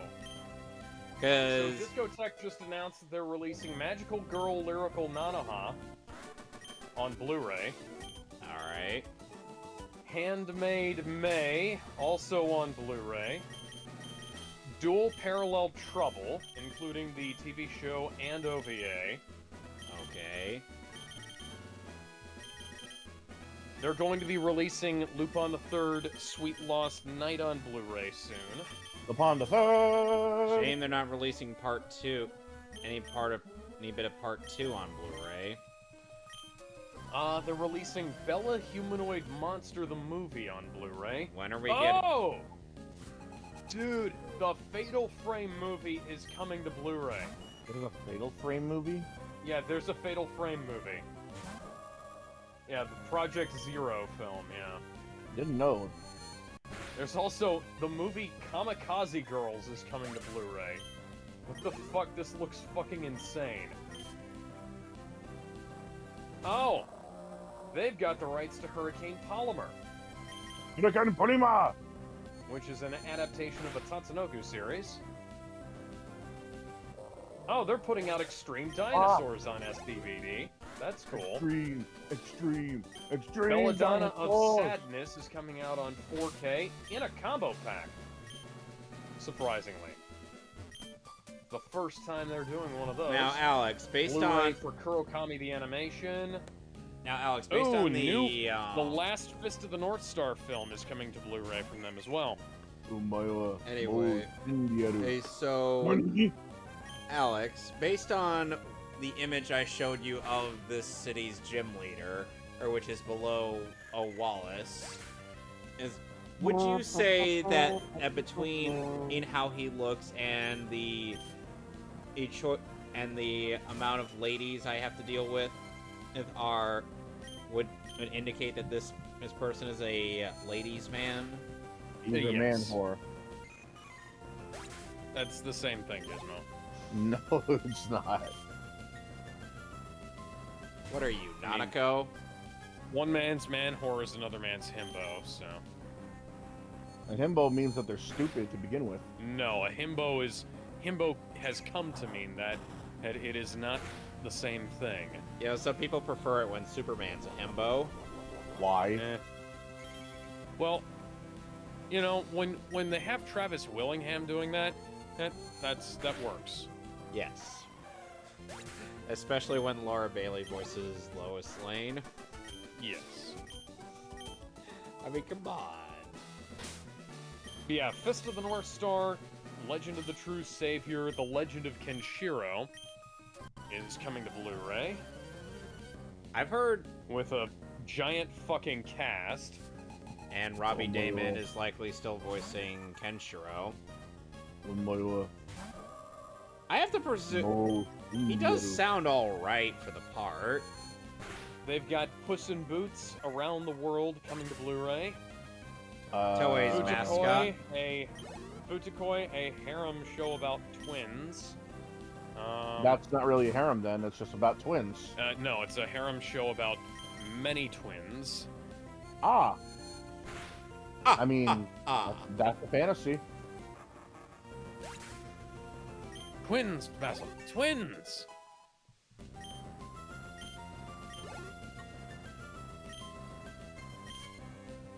Fuck you.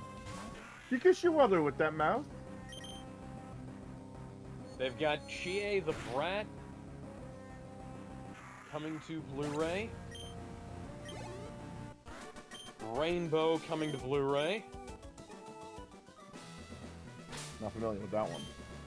IGPX, the racing show, the racing next Immortal Grand Prix is the name of it. I remember IGPX Immortal Grand Prix is coming to Blu-ray. Yeah, I remember that one faintly. It was plastered all over Toonami. I never watched it. No. It was awesome. I'm sure. I just never got a chance to watch it because there's literally fucking robots fighting each other. Yeah, they've run it through the Astro Res, and it looks fucking amazing. And I'm sorry if my fondness of G Gundam has influenced, and it's the way I desire giant robots fighting each other. Yes. They've got a show called Lovely Complex coming out. I'm sure it is.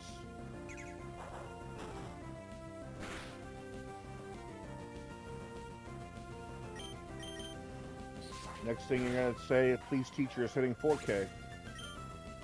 Hang on. Bro, I wasn't okay. You may have been joking, Gizmo. I'm trying to see, because that's not outside of the realm of possibility. Yeah, that's what I meant. Okay. Okay, so that's actually it for right now. Oh, but they've got a bunch of cool shit coming. Still waiting on them to announce release date for Adventure 2.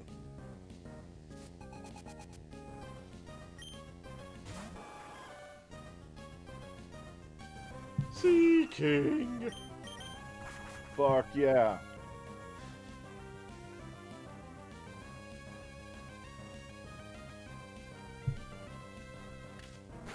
Also the name of Gizmo, the name of my swallow is known as Bad Meds because I couldn't fit in Bad Medicine. Why don't you just name Bad medicine is what I need. I'll name your swallow Spits. Shake it off. Because it's a Bon Jovi motif. There ain't no doctor here can cure my disease.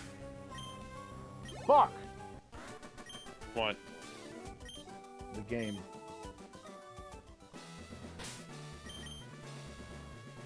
You should have named your swallow Spits. Why? So people can wonder what his real name is, Spits or Swallows. I mean, that's kind of random. Which one do you prefer, though, Spits or Swallows?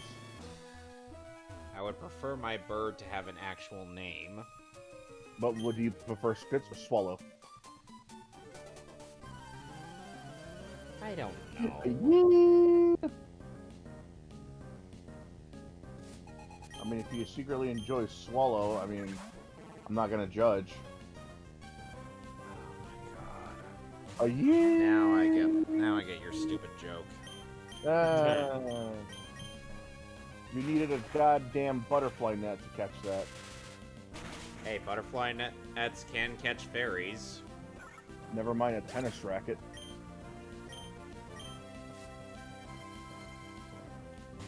By the way, Gizmo, that somewhat ugly fish that's about to be killed, that's what my Milotic evolved from. Huh. You have to raise its beauty stat using Pokeblocks that you feed to it in order to give it the eligibility to evolve into Milotic. However, you need high-grade beauty Pokeblocks in order for it to really work, because otherwise you're not getting in that beautiful mermaid. Did you just say beauty fruit? Block. Beauty fruit block. I suppose. Monkey!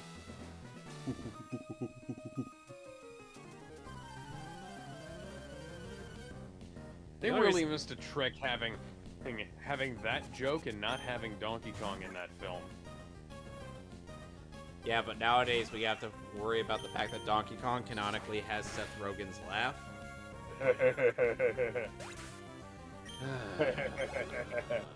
Can't do it right. You remember how Seth Rogen put on a voice for Kung Fu Panda? Yeah. Yes. Eh. Yeah. Exactly. Yeah, I remember when Seth Rogen used to be a voice actor, too. I remember when he wasn't a dick. I remember when he actually tried putting on a voice for Bob in Monsters vs. Aliens.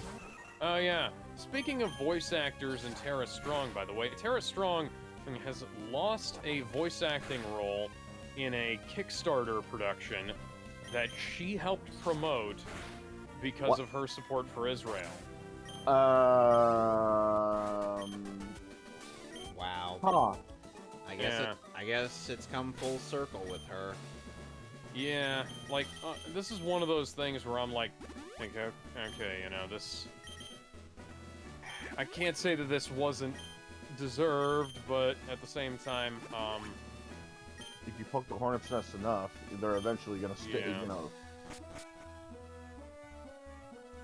What did she say exactly? well, she supported Israel. She's Jewish. She's... Like, she said that Hamas are exactly what they are, fucking terrorists. You know? I mean, they are, yeah. Killing, but, like, yeah. why killing would you innocent fire people, her for pulling that? shit Though? like that. If that's because one of the moments... apparently the people who put the Kickstarter together or support Palestine? I don't know. Why? People are fucking retarded, man. And like, the cancel culture never made sense. Bro, these are the same people who murdered babies with AKs and chopped some of them their heads off. Well, yeah, the fucking IDF found an entire house village. An entire village full of people chopped up and left inside a building. And like the Hamas went to the Israeli side of the Gaza Strip and raided a fucking concert, man. Like they're not the good guys. No. They knew what they were doing too. Like this is the whatever the fuck the guy's name. And what was the rebel's name in BioShock Infinite? Oh fuck. I know who you're talking even about. Even if you think that Palestine is somehow, like unjustly oppressed or some kind of apartheid state or whatever the fuck, like at some point you have to say, like this has gone too far, you know? Like the killing of innocent people is like a bridge, has to be a bridge too far, right? Yeah. Like they raided a fucking concert unprovoked. This wasn't a military target. Imagine if this was Texas that they were trying to invade. Oh yeah. None of those. Actually, I kind of want to imagine that because like if they go to a fucking concert in Texas, and everybody there just pulls out a fucking gun, and then the concert goes on while the attackers' blood is leaking out of them. That sounds like a yeah, that was something Razor. Like the Chappelle that was something show, Razor you know? Fist actually said. It was like, I dare anybody to try to do this in Texas. It doesn't really help that a lot of places are trying to like welcome in, you know, like Palestinians and Israelis. You know, like how about let's not, you know, home the people that came from war-torn countries, and not because, you know, some of them may indeed need help. Like, God forbid, you know, the women and like the children and the husbands have to, you know, live through the entire war with like an open wounded arm, something like that, or like a missing leg, right? You know, help them. But like, are you sure you need to bring in everybody? The idea that people need to like be welcomed into every country blanketly is just it's untenable. Yeah, like, I get you can't make something like that work. Yeah, on paper it works, but that's it. Like the opening words, those words alone, welcome everybody to our country. That only works by itself. That only works as a phrase. You have to think about Welcome to our country. You have to think about all the. You have to think about all this other stuff. You have to think of all this other stuff that's happening too. Like, are they from war-torn countries? How many of them are criminals? How many of them are pacifists? You know, like how many of them are going to interfere with other people's beliefs? How many of them are mentally unwell? How many of them are going to try and start fights in the middle of their new home because they disagree with people ideologically? You know, like, this is a thing that happens. It's been happening. It's been happening quite a while. Oh, yeah, it happened quite significantly happened in Great Britain. Yeah. It doesn't help that in Britain they pretty much try to tolerate everything, which is never a good idea. It was like, oh, tolerate the religion? Okay, they tolerate fine. Everything to the point where they can't actually tolerate anybody. Tolerate the way they dress, fine. Tolerate the religion, fine. Tolerate their prayers, fine. Tolerate the way they treat people based on their religion? Fuck no. No. Why would I let them just do that? Fuck you. You banned the ownership of guns. Now you're going after people with just knives that happen to be in their houses. Okay, they can't own knives now? Okay, so like, and because of that, like knife crimes have outnumbered butter gun knives. crimes. Butter knives are now a thing you require ID for in the UK. You can't have butter knives. You can't have plastic knives. You can't have shit that you use to eat and cook with. Like, I get it. Knives can kill, but so can everything else. What's stopping me from just using a crushed up soda can and shoving a guy down a guy's throat in anger? What's stopping me from... What about the Truck of Peace? Truck of Peace. Yeah, does everybody remember that? No. No. Oh, well, there was this thing where so acid attacks became a big thing for a while in Europe, but one of the biggest things that happened and still happens is that people were hijacking large cargo trucks and driving them into crowds of people. And it was usually ISIS or Al-Qaeda doing that. Hence the name Truck of Peace. Ironic. Yeah. Well, I just beat the last gym leader. I think, what was it, Poland? Are like the people that aren't allowing like people immigrating from there. They're like, oh, we're allowing 0 people to get in here. And Europe is trying to be like, oh, well, isn't that racist? How dare you not let them in? It's like, bro, you realize the people that are trying to escape are probably the same kind of people that are trying to start shit, right? Yeah. Why would you not be cautious? Like, let's say the U.S. was, like, starting shit with Canada, right? and Canada also was also responds by starting their own shit. You would not want either Canadians or from people from America. Let's just leave these two to argue by themselves, you know? Right. Well, I said that. I said as much on Twitter. Just let's just not bother at this point. Can we stop taking sides? It's a pointless. It's pointless to try and force people to take sides. I tell these people there's literally no point in virtue signaling for these things. Just stop.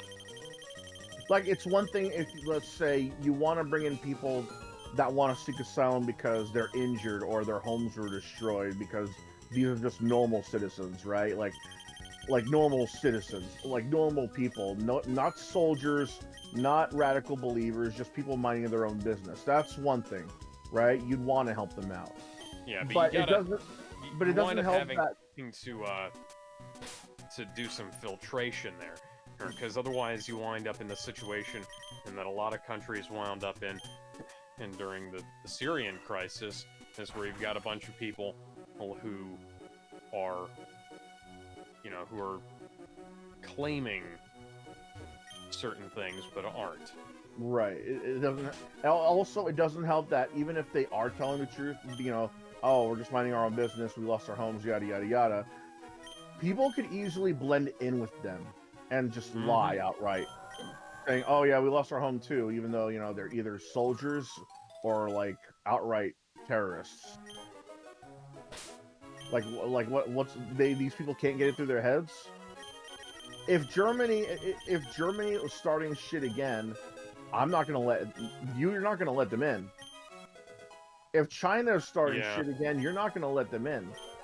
If fucking I don't know, England is starting shit, you're not gonna let them in. If the U.S. or Canada is starting shit, you're not gonna let them in your home, right? So why are we letting these guys in? What, to avoid being called a racist? Like, you realize what's happening in a lot of the places that are like growing in majority of Muslims and Palestinians, right? We're getting too many of them to the point of we're even allowing the radical ones in. It's pretty much like inviting in a couple of radicals. That guy's fucking dead. It's the point. It's like I dropped a pallet of brick on that guy's head. It's like if I were to invite in a radical amount of radicalized Christians. Fuck no, I'm not gonna trust them, and fuck no, why should I invite them to my house in my neighborhood? They're gonna try and candy. Like, I'm not letting Carmen into my house. Like, I'm not gonna have them go on a crusade in my neighborhood. Just like how I'm not gonna get a bunch of radical terrorists go around and start killing bitches in the name of their god. No, I'm not gonna do that. It's simple as I'm not gonna let a Scientologist into my house. Yeah, it's as simple as tap water. If you don't want them, you don't want them. Don't bring them in. Don't even talk to them. But they're overthinking it.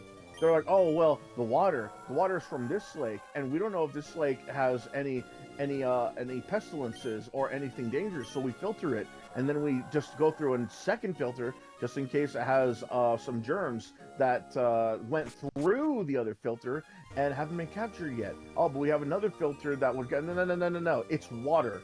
It's simple as that. Water, not ultra filtered not quadrupleized filtered water that comes from the Himalayas. It's like that. They're trying to oversimplify something that's simple enough to understand. Water is water, drink it. The bad guys are bad guys, don't let them in. It's as simple as that. Don't try to go into this diatribe of like, oh well, it's racist too. No, it's not racist too. You just don't want to be caught on either side of the fence. Yeah. It's like not even a gunfight of cops versus robbers. Or like cowboys versus robbers, or in. Yeah, can we like step back, stop being so emotionally involved, and just kind of think about things rationally? I know that's a lot to ask in this day and age. If you want to talk about it, but don't go all trying to play peacekeeper and say that you'll invite a lot of them into your neighborhood or invite them in your house, when the fact of the matter is, you know, a lot of them will literally hate you because their religion says to. Like, fuck that noise. Oh, and if YouTube wants to say that I'm inciting hatred and encouraging harassment, fuck you. No, I'm not. I'm saying don't get involved in this kind of thing. You have no idea what you're talking about, and the only ones that know what's going on completely are the people reporting on it and the people that are involved in it. I'm not gonna let I don't care if one of them happens to be a Palestinian Superman. I'm not gonna let him in my house. I don't know what's gonna go on his head if something goes wrong with either side, or both sides for that matter. No. Yeah. Yeah, no. Like, okay, there might be some Palestinians and Israelis here that have been here for the longest before this, right? If I know them, I know them. We're not talking about, like, this isn't like, a discussion about, like, oh, what do we do with the people who are already here? Well, yeah, the people who are already here are the people who are already here. Yeah, the people who are already here, no, that's not the issue. Fine. They are literally fine. They're literally better than the ones that are, like, attacking each other, because these guys are literally just minding their own business. Opening up a business, taking care of kids, getting married, just chilling at home, hanging out with friends. Hell, I know a couple of, like, I know a couple of, like, I know a couple, and they're fine, they're sane, right? They just have a couple of them just happen to be wearing a hijab. Just so happen to, like, literally, they just happen to wear it because it's part of their culture, not religion, it's their culture. Come on. There's a difference between, but, you know, I'm not going to get into that. Right. They're sane. Yeah. Because they have the common sense to know that killing babies is wrong, and, like, getting into a war just because of difference of religion is also crazy. Those guys are fine. They've been here for the longest. But the people that are just coming here, we don't know them. Yeah. You know, they're escaping. Okay, from what? What are they escaping from? Yeah, like, are they escaping from harm? Or are they escaping... I just from lost audio. Are they escaping from harm, or are they escaping... Oh, I've lost from audio being entirely, of harm? Hmm. That's why, like, while I'll say, like, either side might be crazy enough, or just outright crazy because they're doing this or that, I'm not going to outright say I'm on either side, because fuck, what do I know? They're just both crazy, because one just hates the other. Can't hear anything. That's fucking amazing. One just hates the other because one just happens to hate the other over religious beliefs, which is stupid, and the other side are outright savages for killing off babies. Like, okay, there's the case of, like, a lesser of two evils, but it's still a crazy war. Yeah. Alex, how did you lose audio on your end?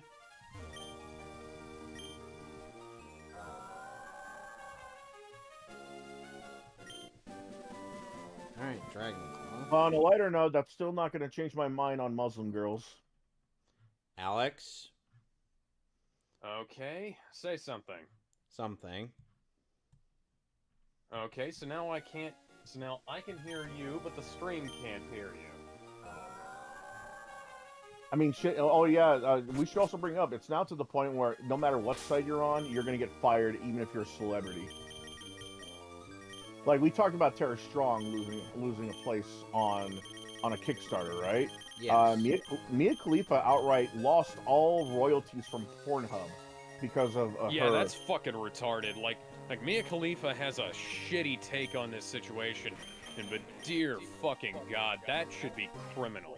That should. I mean, those are her videos on Pornhub, right? Mm-hmm. So then why would you not Some pay of them her? are uploaded to her account. Yeah. And under her own name. They should not be, like, they should not, like, keep her from her funds. She's one of the more popular porn stars that just happen to keep on being popular without even doing much. Yeah. like all other porn stars, they're still trying to keep themselves relevant by still being in porn stuff and stuff like that. She's still relevant because she turned into such a meme. The glasses are itself a meme. Just her name is a meme. Just seeing a girl like that in a hijab with glasses, that's a meme. Like she's become... Oh yeah. But the fact that she filmed that video means that she picked the wrong fucking side in this conflict. Oof. You know? Yeah, but either way, don't keep her from her funds, man. Don't do that. What are you doing? Well, this is... It's downright criminal. Pornhub is run by fucking morons anyways. Yeah, I'm no fan of them, as you guys are well aware. Oh, yeah. They took away the ability to submit and keep up amateur content because they find out that people have been using the amateur tag to post up child prawn. You know what? At this point, I think that might be safe to assume whom might have been might have not actually been true. But... Either way, though, it's still a stupid idea that they had to outright keep everybody from just uploading amateur stuff. Now because of that,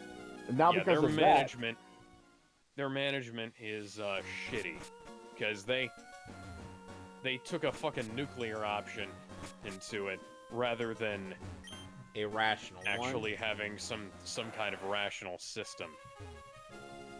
Like, and this is another case where it was like a handful of stories caused like a cascade effect that far outstripped the necessity of the action, and like people were like, oh, we got to take action, and not realizing that maybe we should take a measured action instead of drastic immediate action, and like should institute some kind of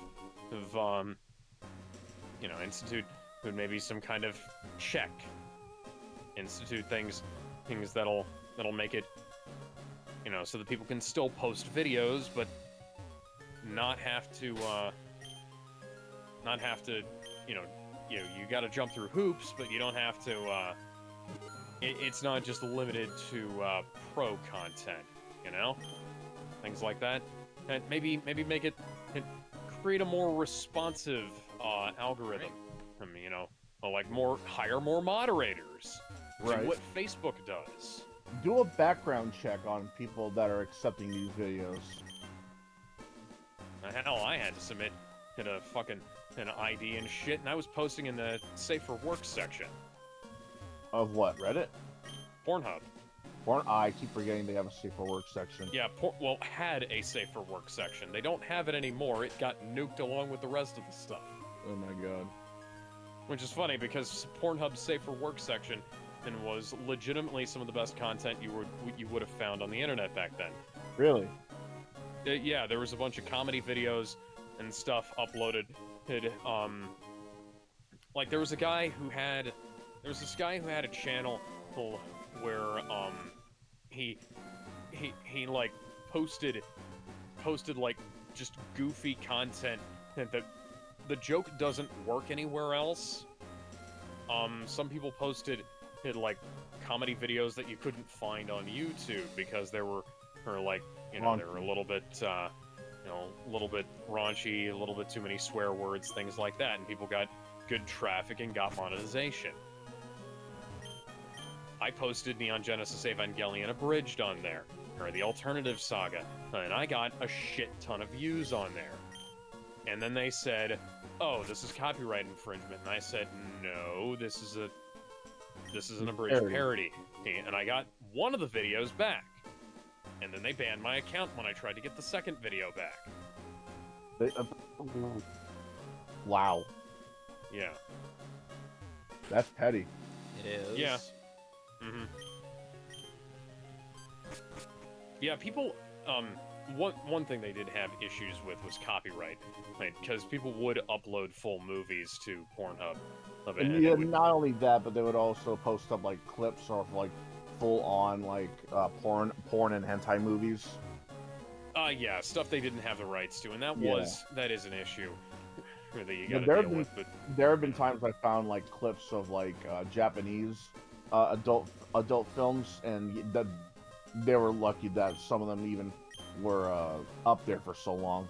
Hell, a bunch of that stuff got nuked when JAV Archive went down, and there was a JAV Archive that had stuff that you can literally only find on like DVD and Blu-ray over in Japan. There's no streaming for it.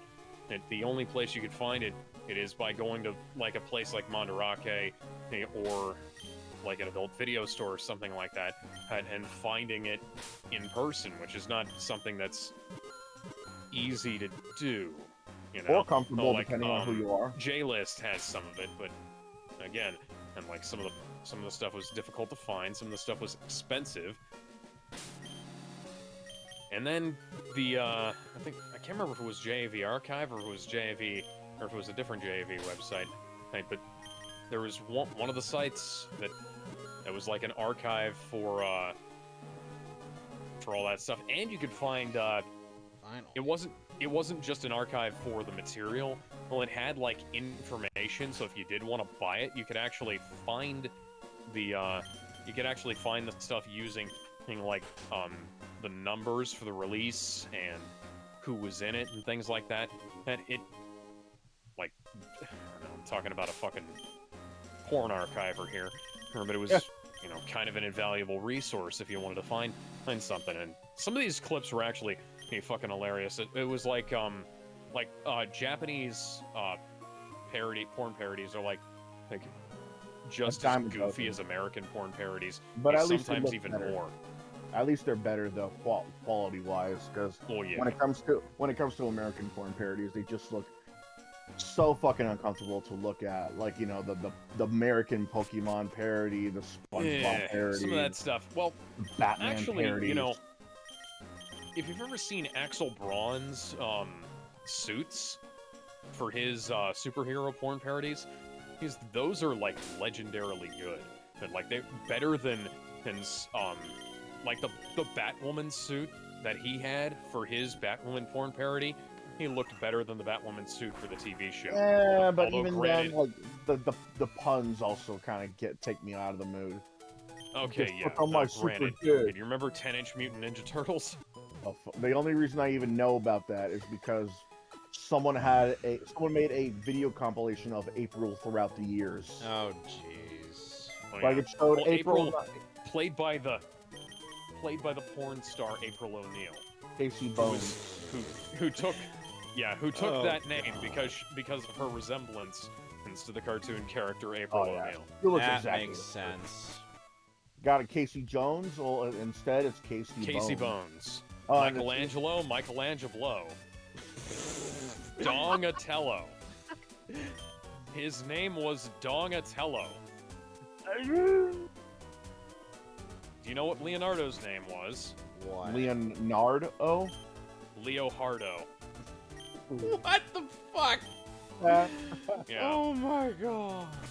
And Raphael, guess what his name became? What? Fucking, Raphaelis. they didn't even try. Fucking A. You know what's funny though? Splinter's name. Guess what Master Splinter's name was? I don't know if I want to know the answer to that one. Pole. I am Master Sphincter. Motherfucker. My god. Why? Oh god. You know what's worse though? This has better production value than the live-action TMNT sequel. Okay, I wouldn't necessarily say better production value. Better used production value, because those suits are 100%.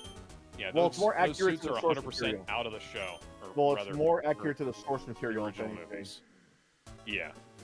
Casey Bones look like Casey Jones. April O'Neil looks like April O'Neil. The Turtles look like Turtles. Mm-hmm. They're funnier too. Guess what the Shredder's name was? I don't think I want to know the answer to that question. So the Shredder was yes, actually, the Shredder was a girl and her name was the Spreader. Oh my god, why? Why?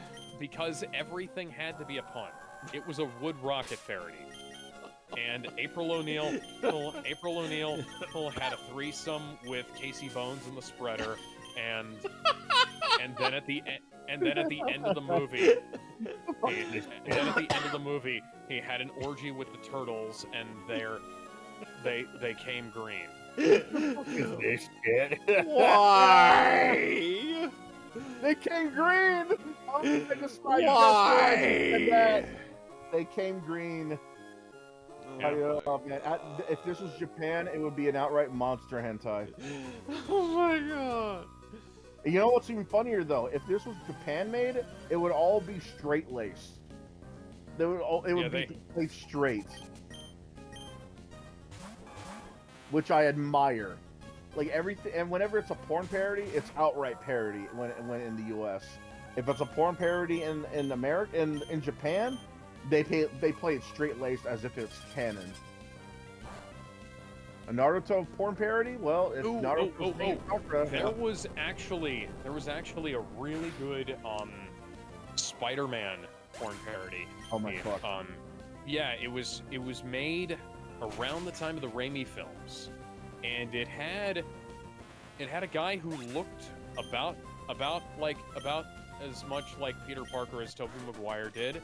It had a guy who looked a hell of a lot like Dr. Octopus. Dr. Octagonopus. They played it. They did play it completely straight. It was like a Spider-Man film, but with fucking. And then, oh my god. Yeah. I don't. And then, like Peter Are the tentacles dildos? Gwen and MJ. Peter, Gwen, and MJ had a threesome in it. Oh.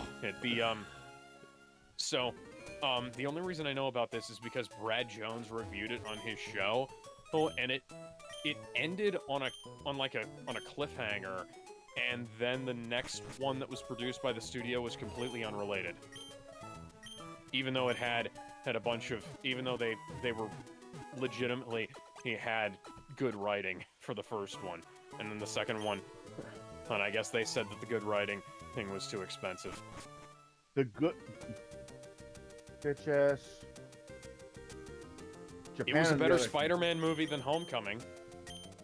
I will throw you. Well, it's getting late, and I made quite a bit of progress. Spider-Man film. It was a better fan-made Spider-Man film than Lotus. Alex, I think I'm gonna put a stop to the stream now. Okay, sure. You know what? I'll go ahead and end it. Well, anyway, next time on Pokemon Emerald, I will be going through Victory Road and challenging the Elite Four. And next time, I will be hopefully not having any major issues with my PS5 for, Spider-Man 2. All right. So until then, this is gonna be the first time I'm playing a new game close to release date, I think. So until then, toodles.